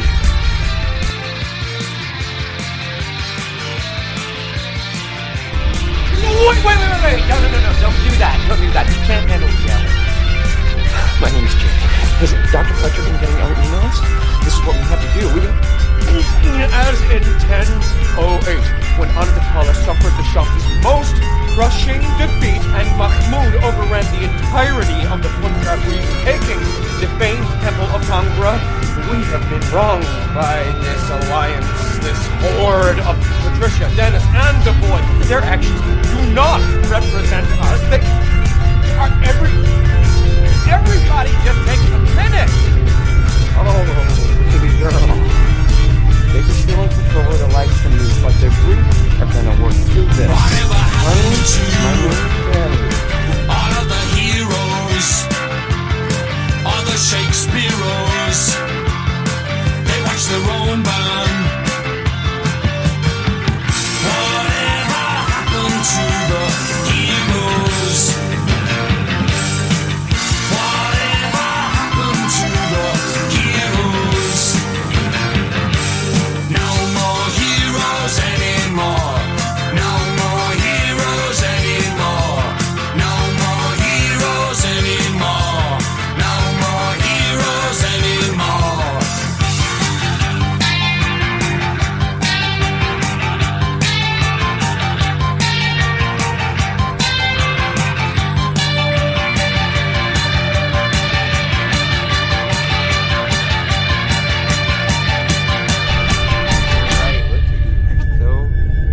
Frightened of us. Dennis and Miss Patricia are in charge because of me. I'm gonna give the light to them now. No one's allowed to make fun of me anymore.